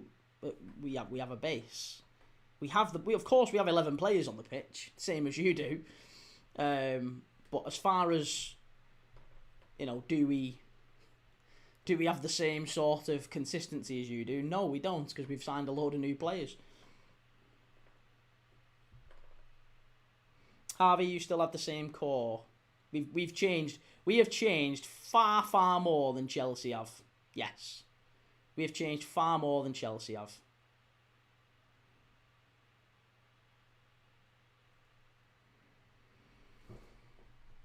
MC, I thought for 30 minutes yesterday we were decent, but don't seem to be able to react to setbacks at the minute. Definitely mental thing, and Jota contributing factor plus new team dynamics. There you go. That's it. That's it to a T. First 30 minutes, we were absolutely fine. We played quite well. We dominated the game. Goals against us, against the run of play that should have been disallowed. And bang, all of a sudden Liverpool, we were like an Easter egg out in the sun. We have got no resilience at all. The mentality monsters that we were once before, we're not anymore. And I just wonder whether some maybe emotional event might have triggered that in the last few months.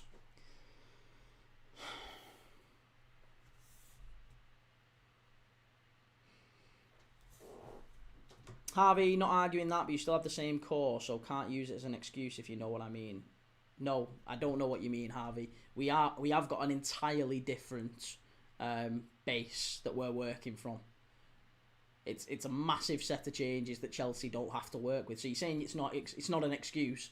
Well, I think it is an excuse, because we're dealing with a lot more than Chelsea are. Gav's highlights, Enzo Fernandez only turns up once a month for us. Was Alexis McAllister's Jota's best pal at the club? Maybe it's affecting him more than others. It could be. I don't know what it is with McAllister. The drop-off has not been as stark with any other player as it has been with McAllister. Like, even Canate, people have pointed at and said, he's not had the best. But I think part of that is because he's going to Real Madrid at the end of the season. So people are they're on top of him a lot more. With McAllister, the drop-off has been... Last season, he was giving us 8s and 9s out of 10s. This season, I've not seen him have... Apart from maybe one... The Real Madrid game, he was very good. He was very, very good against Real Madrid. And ironically, they are the team that are linked with buying him. So I wonder if maybe it's a transfer thing. Maybe he's trying to get a move to Madrid.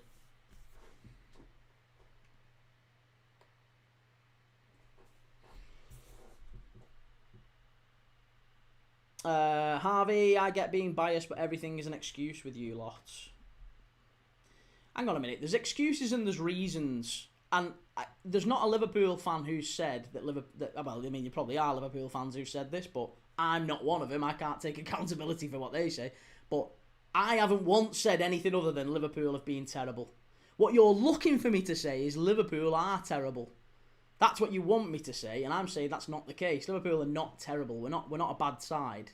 We're not an 11th place side. Liverpool are evidently we're the champions. We're the champions. So the drop off is so stark There is a clear reason as to what it is, or at least a multitude of reasons, layers of reasons. And when you're looking for what those reasons are, you're going to say, oh, it's an excuse. It's not.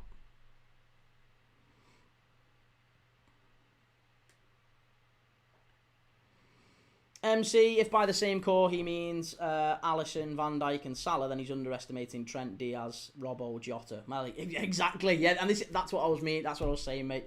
He doesn't get it, does he?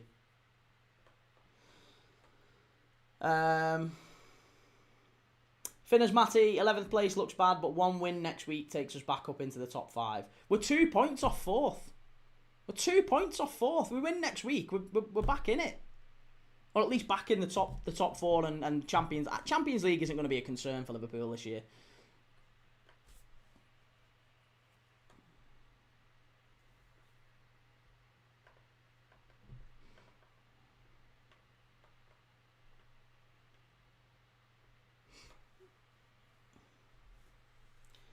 FCB, oh, we've done that one, sorry.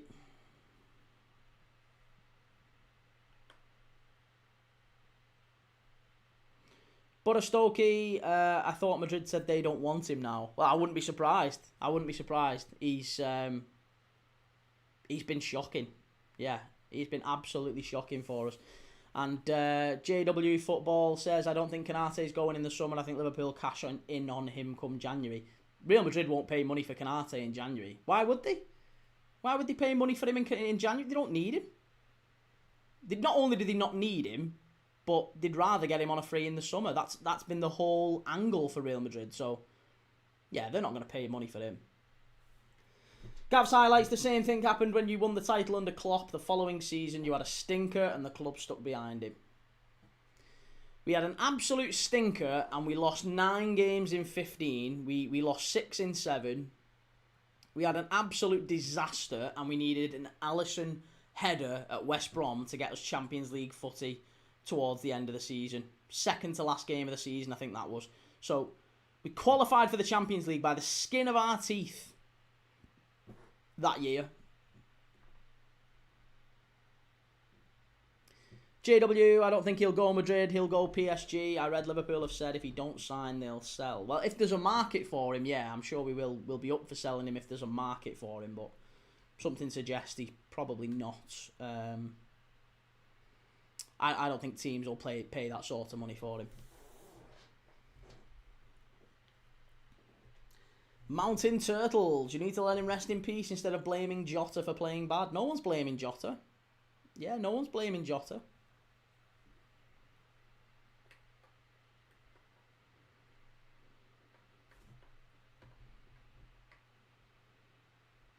Clarkey, wasn't that during COVID, Alisson scoring the header? Yes, it was. It was the season after we won the league. We won the league in 2019-20.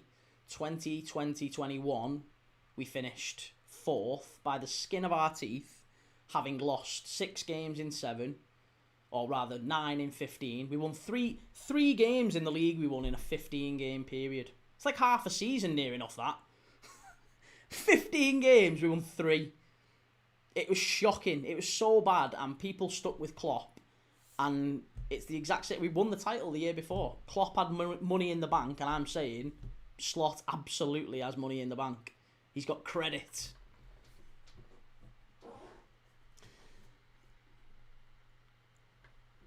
JW says, difference is we had loads of injuries, especially at the back. Slaughter spent 450 million. Big difference. It's not a big difference. It's not a big difference. Slaughter spent 450 million on young players who aren't ready to come into the first team. And Slot is also dealing with a player death, which is something that Klopp didn't have to do. And when you say loads of injuries, what loads of injuries are you talking about that we're not dealing with now? There's only Van Dijk. Van Dijk was out and Matip was out. They were the 2 big issues at centre-back for us. Van Dijk and Matip was out, and we ended up having, at certain games, we had Kabak and Williams, or Phillips and Gomez. They were our centre-backs for a large part of the season. But we've got injuries now. We didn't have a right-back yesterday. No right-backs. So let's not pretend we don't have injuries now as well.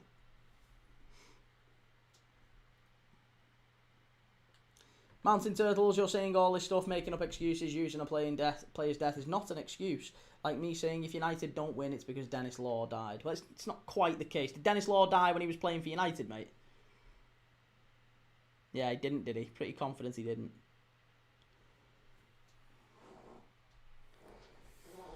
JW, I just don't think Slot's good enough, but that's just my opinion. I think it's going to get worse. Why don't you think he's good enough? Why don't you think your Arne Slot is good enough? Nobody's given me a good reason for that one. Finners Matty, you don't think the title race is over yet? City and Arsenal will also go through a tough patch at some point.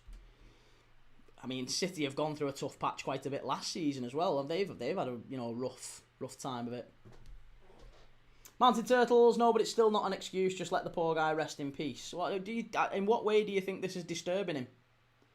I think you're reaching, you're clutching, mate.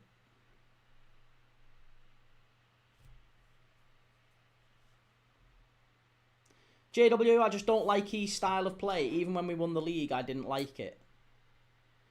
You didn't like his style of play. What's his style of play? He hasn't got a style of play. That was the actual statement that Gary Neville did a full segment on the overlap on. Arne Slot is a dynamic manager, basically. He plays, at times he'll play with 5 at the back, at times he'll play 4-4-2, at times he'll play 4-3-3, a bit more traditional to Jurgen Klopp's style of play. But he switches it multiple times during a game. And he got loads of praise for that last season. He got loads of credit for that because he was viewed as this like pioneering manager because he doesn't have a fixed style of play. He responds to what's going on in the game, and where Pep has this tiki-taka and Jurgen Klopp has gegenpress, and there's all these different types of managerial philosophies. Arne Slot seems to be responsive and all-encompassing. So when you say style of play, it's a bit odd because Arne Slot doesn't have one. He doesn't have one. He's not got a clear philosophy or clear style of play. He would consider himself to be a football manager.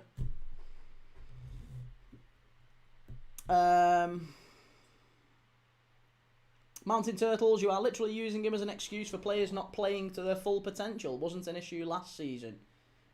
Jota was playing last season, mate. Jota was alive last season. He was in the squad.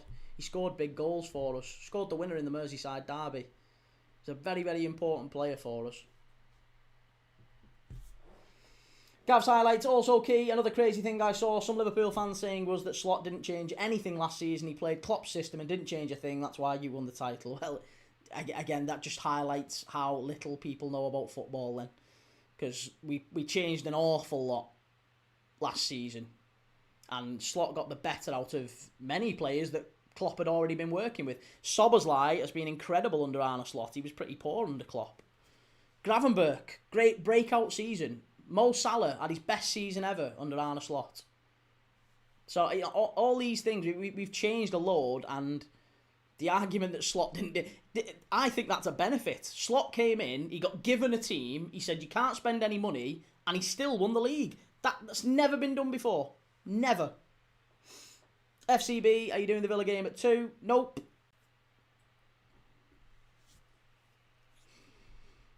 MC Slot is more of an Ancelotti than a Pep. That's true enough. And Matt says Slot is too slow at making substitutes and changing in-game, in my opinion. No clear style of play. Well, he changed it 60th minute yesterday, which seems to be kind of the default for most managers, to be honest, over the years. And he made a pretty bold change yesterday as well. He took Kanate off for Ekatike, which unusual, really.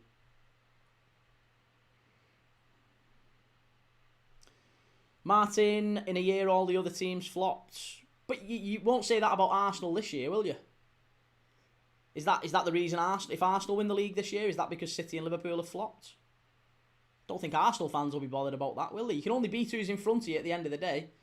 So if Arsenal win the league this year, it's not because any other teams flopped. Interesting.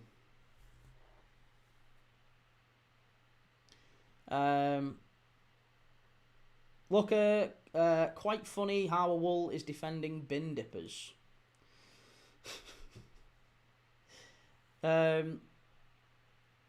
Paul gets Southgate in.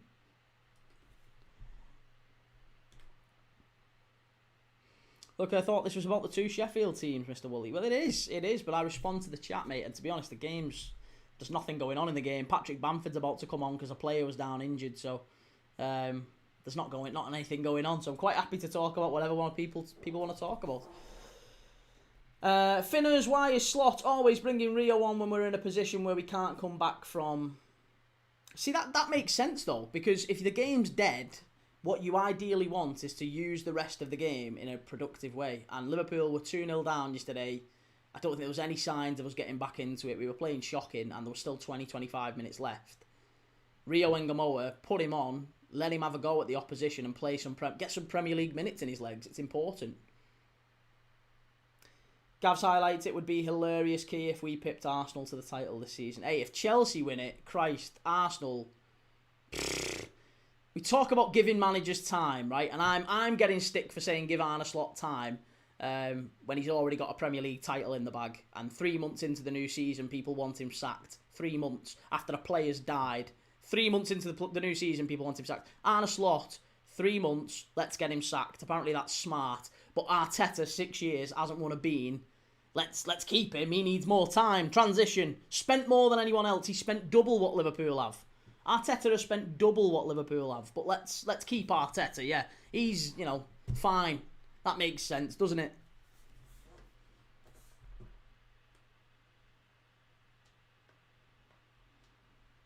Lisha, Cunha actually impacts the game without numbers. Oh, you can impact games without numbers. That's interesting. Liverpool fans have been saying that about Wirtz as well at different points, but it didn't seem to matter. No, it only matters if you get goals and assists, mate. If he hasn't got a goal and assist, then, yeah, no, he's going to get a telling off. So, 1 goal for Cunha. It's not a great return. He needs to up his GA. Doesn't matter how he performs in the game.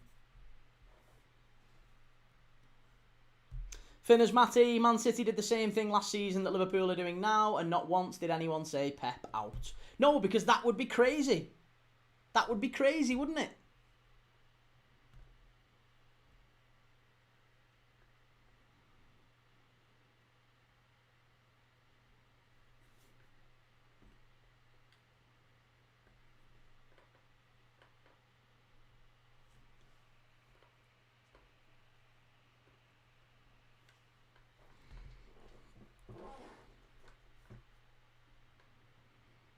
Steve, everyone talks about LFC's spend this season. Look over the past few seasons and the numbers combined. Yeah. Well, Arsenal spent more than Liverpool this season, just to clarify. Liverpool spent less than Arsenal this summer. Yeah. Liverpool spent less than Arsenal this summer and last summer and over the last 6 years since Arteta took the job. So we spent nearly half what Arsenal spent since Arteta took the job. I think Arsenal spent well over $1 billion, whereas Liverpool around about half that figure. So, yeah, but again, that's far too convenient. You can spend over $1 billion and not win a thing, but heaven forbid you win a Premier League title and 3 months in, you're only 2 points off fourth. Shocking! Absolutely shocking.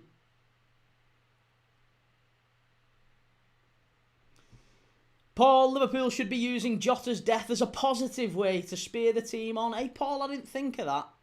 You should contact the club and let them know. They'll have a think about that, I don't think that's... Fucking hell, talk about wood for trees. DC, Arsenal spent 250 million in the summer. More than Liverpool. Yeah, more than Liverpool did.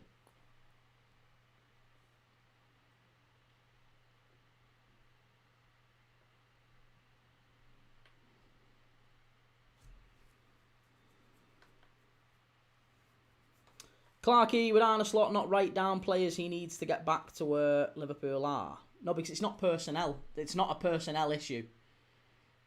Like, Liverpool maybe need 1 or 2 players, but that's not the reason Liverpool are where they are. It's nothing to do with personnel.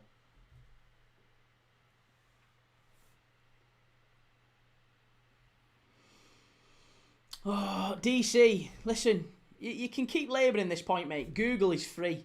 Google is free. Go and check it out. Go to Transfermarkt and type in Premier League spend 24-25 or 25-20. Premier League spend 25-26. You'll see.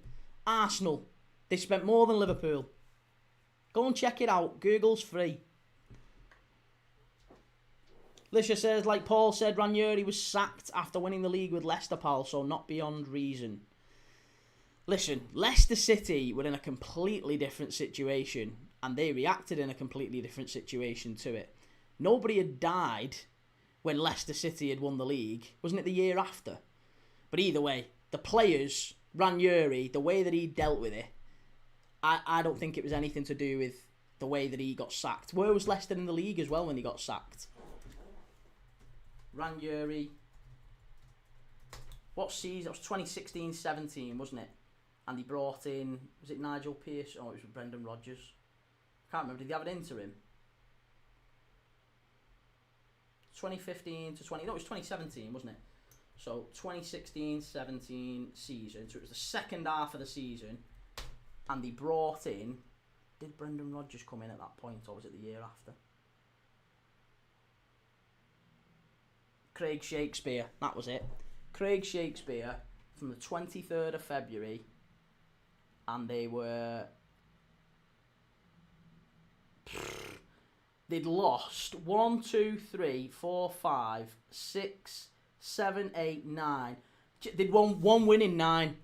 They had 1 win in 9, and in fact, 2 wins from like October.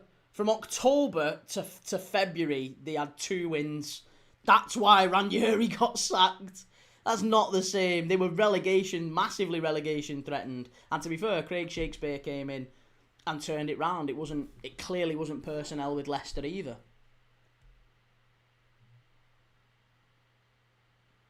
Darts Bros, Morley and Anfield Agenda saying slot out. Well, that's it. They are the people trying to make the money, aren't they? That's what it is. It's about money. They don't really believe it, and if they do, that shows the sort of stupidity you're watching. Lisha, I've just Googled it, and it shows Liverpool spent the most with Chelsea second. You're not Googling it right. We've done this many times on this channel. I'm happy to do it again. We'll do it again. Liverpool have spent less than Arsenal this summer, less than Arsenal last summer, less than Arsenal over the last 6 years since Arteta came in. Half what Arteta spent, near enough.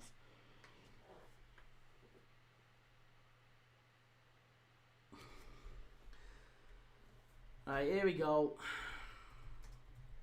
I'm gonna have to keep this page open because these nutters who keep coming in the chat and they don't know how to Google, but I'll do it for you. It's nice and easy. I understand it can be a bit tough to work Google from time to time, so don't worry about it. It's fine. I'll sort it for you. So, come on, close.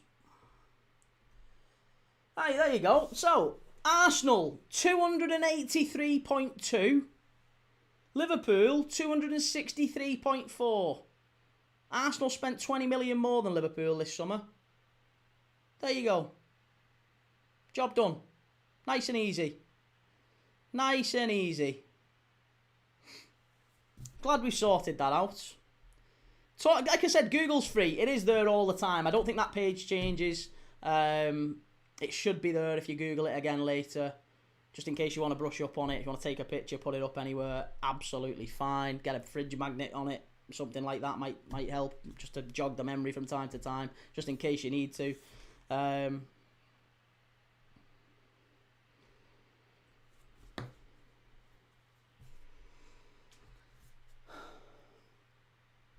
Finners Matty, I said slot out after the game last night, but that was just because I was frustrated about the result. And that's it, and that's fine. Listen, that's fine. You wake up with a cool head and you realise, actually, no, that's nonsense, of course. But people have said it last night. A lot of people have said it because it's clickbait.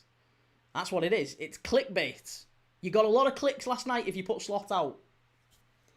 Gav, that's who I was on about key as well, saying slot out, Anfield Agenda and Don Hussam. But listen, these are people who have got whatever it's called, whatever that fake clothing company is, fake footy shirts, fakeFootyShirts.com or whatever it's called. They've got that on the. These people are just about cash. They're just about cash. It's nothing else. They're not interested in authenticity. They're not interested in balance or nuance. It's just about getting morons to watch their channel. That's it. That's it. That's literally it.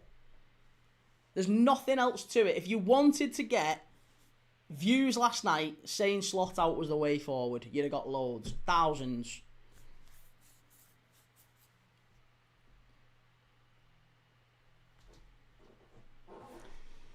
Alicia, Cunha is very much who LFC fans think Wirtz is. Cunha impacts without numbers, Wirtz does. Oh, sweet lord. Matheus Cunha impacts without numbers. Hey, fair enough. Whatever works for you. I mean, also, to be fair, Cunha's 4 or 5 years older than Wirtz. He's 4 or 5 years older than Wirtz. He's only got one more goal contribution, hasn't he? So, yeah. And he's used to the Premier League. He's played there for a lot longer.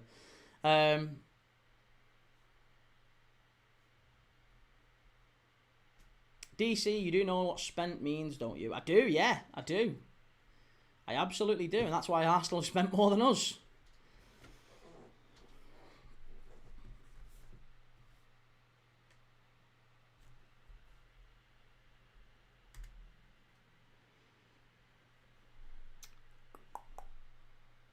Ben Hughes, it's the net spend which are lower than Arsenal. Correct, yeah. Which is absolutely the right way to look at it. Joe says you may as well book Liverpool v Stoke City in for your schedule next season for the Championship. Hey, I doubt it. Stoke will be coming up.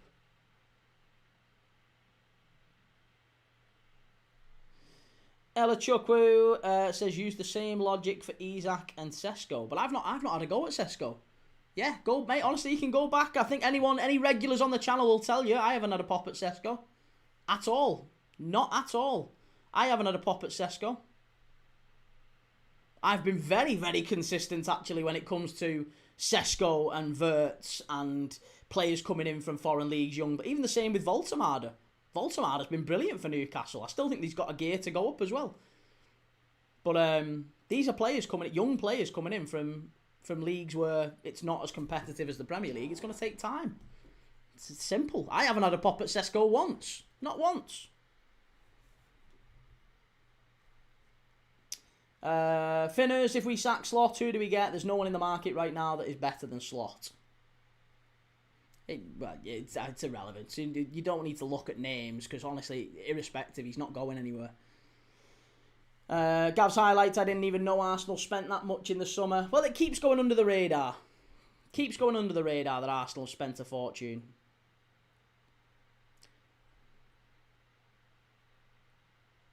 Joe, you don't judge Voltemade either. I haven't said anything about him being a bad signing or anything like that at all. In fact, I gave him a lot of praise yesterday. Big moment in the game yesterday where he creates effectively the Harvey Barnes. He missed a few chances, don't get me wrong. I slated him for the chances he missed. But couple of big moments that ends up creating the winner for Newcastle. So, yeah, Voltemade's done well. I've not slated Voltemade. I've not slated Sesko. So, if nothing else, I'm intellectually consistent.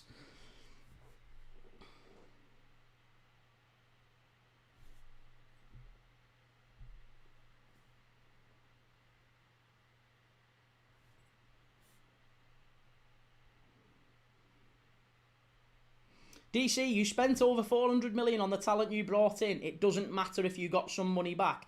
Of course it matters if you've got some money back, you moron. How doesn't it matter? Of course it matters. If you've had to sell £200 million worth of good players to get £400 million worth of spent, of course it matters. That is the metric. That is literally the metric. You can't say, oh well, they've spent this much, but yeah, well they've had to sell loads of first team players to be able to spend that much. But that doesn't matter. Have a day off, soft lad. Have a day off. Daniel, you're waiting for Gyökeres to come back to slate him. Well, I know Gyökeres is a little bit different to your Wirtzes and your Seskos and whatever. Because Gyökeres is like 27. Gyökeres should be at that level and should be putting those sorts of chances away, and has played in England before, for what it's worth. So the adaptation for Gyökeres is a lot less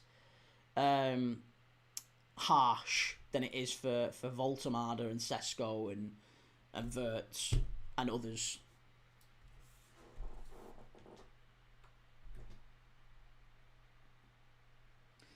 DC, but you didn't. You got rid of Deadwood. Deadwood! We got rid of Deadwood. In what world did we get rid of Deadwood? Luis Diaz. We got rid of Luis Diaz. We got rid of Darwin Núñez. Neither of which are Deadwood. They both played loads of games for us. We got rid of Trent Alexander-Arnold. Again, our starting right back. In what way are they? That's not just Deadwood. Absolutely shocking. Talking out your backside. DC attacking someone's weight now. Great lad, you pal. See, it's all he's got. It's all he's got. He's lost his head. He's lost his head. Paul Keys rage baiting. He's not rage baiting. He's just stupid. Look at him. Look at the kip of him. He's stupid. Cav, I tell you another thing. Some Arsenal fans I use always say that Liverpool have the refs in their pockets and they always do you favours. Well, you say that, but I mean, you only have to look at Liverpool's last couple of games. We've been done over by referees.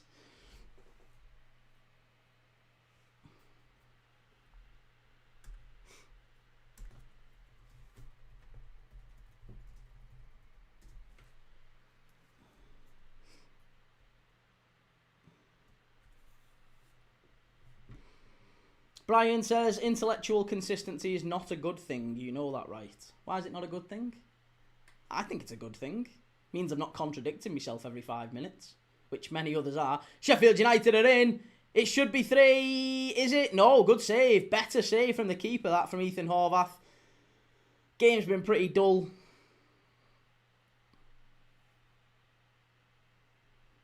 Paul, no mate, he saw you yesterday. He's rage baiting, pal, trust me. Aye, listen, hey, let him. Let him. He's on out. He's on my live. He's on my live. Good to have you in, DC. You stick around, Chief. You stick around. We need more people like you. Finners Matty, have everyone on the TikTok stream had a meeting about just disagreeing with you this live stream, even though they know you are correct. And Gav's highlights and that the refs are against Arsenal as well. They get screwed over all the time. The thing that Arsenal fans say, oh, we got screwed over, is stuff like, it's usually really minor stuff. Like, oh, that should have been a red card. Or that should have been a yellow card for him. Like, Ty complaining about yellow cards. It's stuff like that with Arsenal. Whereas Liverpool, it's nearly always game-changing stuff.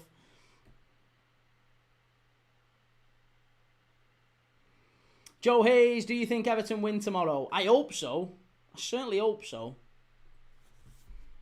I'm rooting for the Ev tomorrow.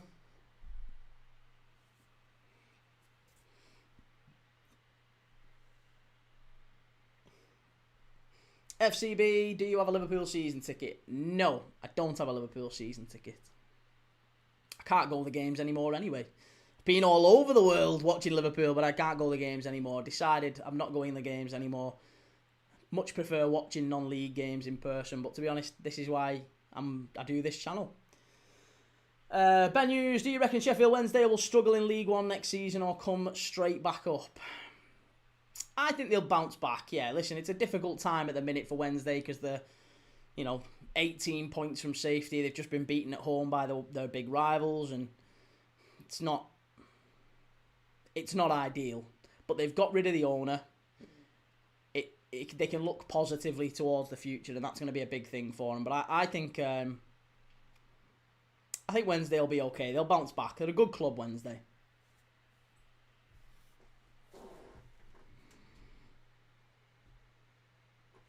Josh, can't say Arsenal is minor stuff as if only Liverpool get hard done by. Well, I didn't say only Liverpool get hard done by. Chance should be. Oh, yeah, I didn't say Liverpool are the only team that get hard done by. I didn't say that at all. But I said Liverpool absolutely have been the worst done by this season. Certainly in this season, nobody's been let down by referees more than us. But all teams have. Yeah, all teams have.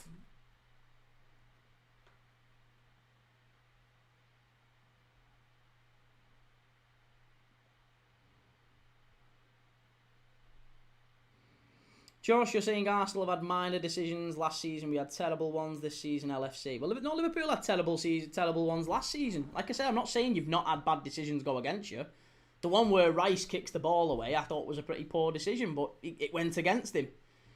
I didn't like that, but it went against him. I thought it was soft.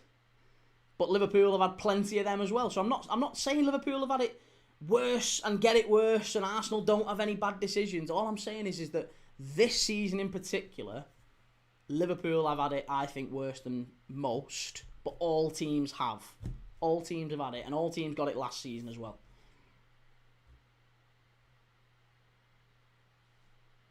Andy, when Liverpool fans want Everton to beat Man United, it just shows how hard it is at Liverpool. It's nothing to do with how hard it is at Liverpool. I've wanted Everton to beat United every time you've played. Every time you've played, I want you to beat United. Because Everton are... Oh, it's 3! It's 3! It's a long-distance shot from Tom Cannon. Speaking of Everton, ex-Everton striker Tom Cannon with a strike from distance takes a big deflection, and it's 3-0.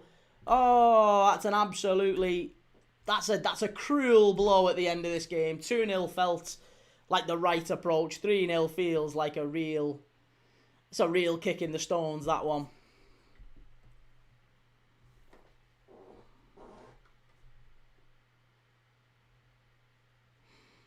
Josh, Liverpool have had it terribly. City had a couple of bad ones last night too. No consistency. That's all they want. That is all anyone really wants.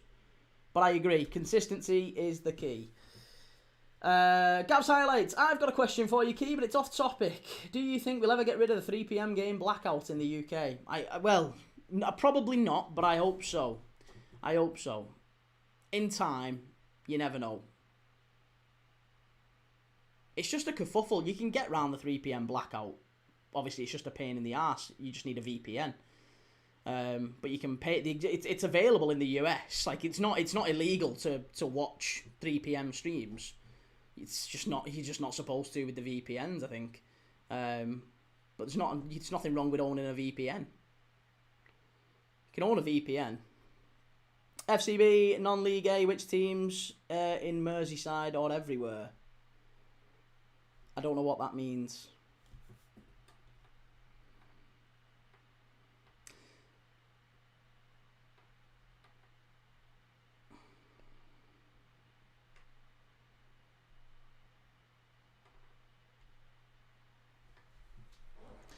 Okay, Gustavo Hamer just about to come on here.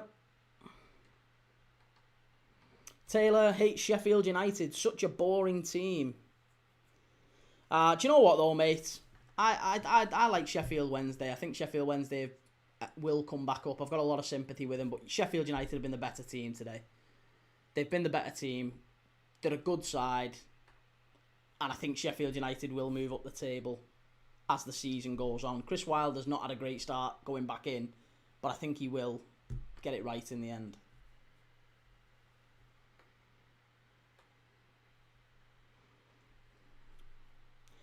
Callum, yes, I had Sheffield United to win with Arsenal, Leeds to draw and Aberdeen.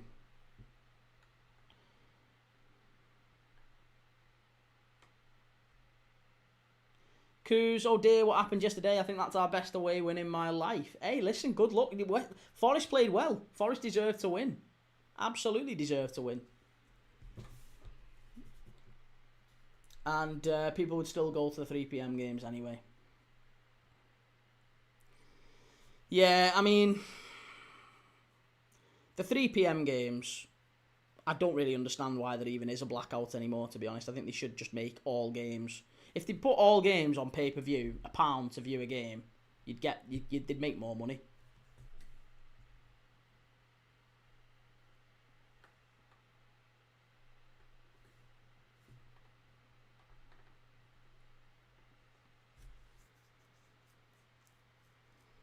Three-star Reds, feeling very festive today. Keep singing that Christmas tune. It's beginning to look a slot like Christmas. Hey, listen, Forest fans enjoy it. enjoy. It's very rare you come to Anfield and win, even though you've done it for the two seasons running now, haven't you? Winnie O'Sullivan, too expensive for no reason, and I'm American, and I have to pay more money to watch. Hey, listen, if you're American and you're in America, you get far less than us.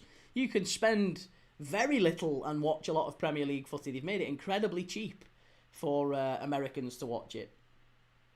And you can watch any game you want. All the 3 p.m. kickoffs. My mate moved over to Florida, and he loves it now because he's a big Liverpool fan. Moved over to Florida. And he watches all the 3 p.m. games. It's brilliant. Doesn't enjoy a 12 o'clock kickoff, I don't think, because obviously he has to get up a little bit earlier.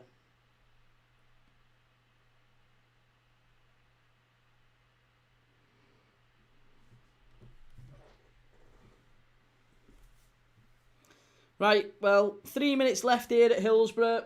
Finners Matty, last season when we lost to Forest, we went 15 games unbeaten. Let's run it back.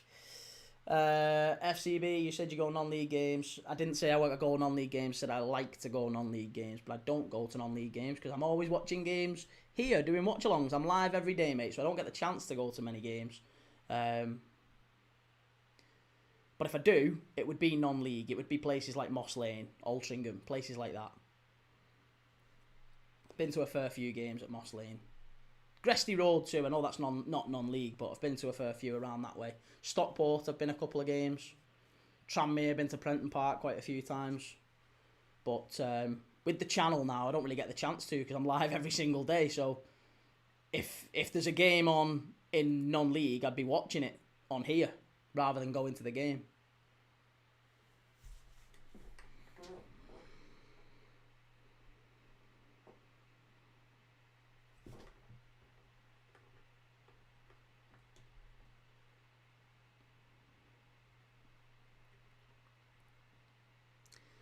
Right, well, listen, I will be back, because this one's about to go off in 60 seconds. I will be back in precisely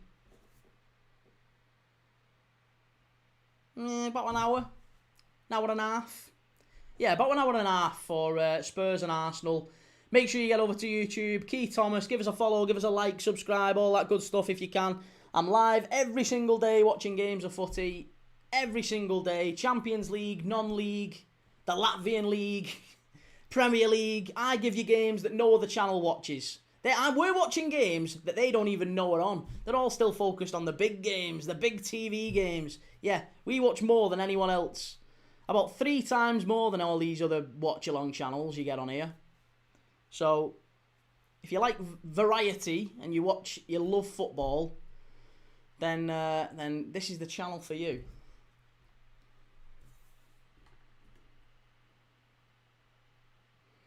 Taylor, are you not doing the Villa game? No, I'm not doing the Villa game, no. Because this one's just going off now and Villa and Leeds kick off in about 3 minutes. So, there's no time for me to do the Leeds game.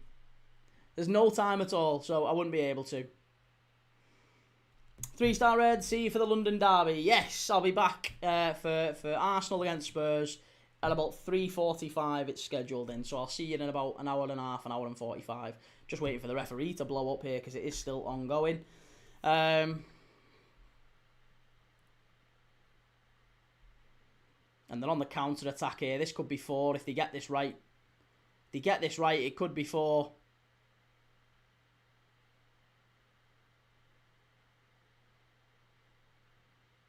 No, they've got it away, and that should be full-time now, ref. There you go.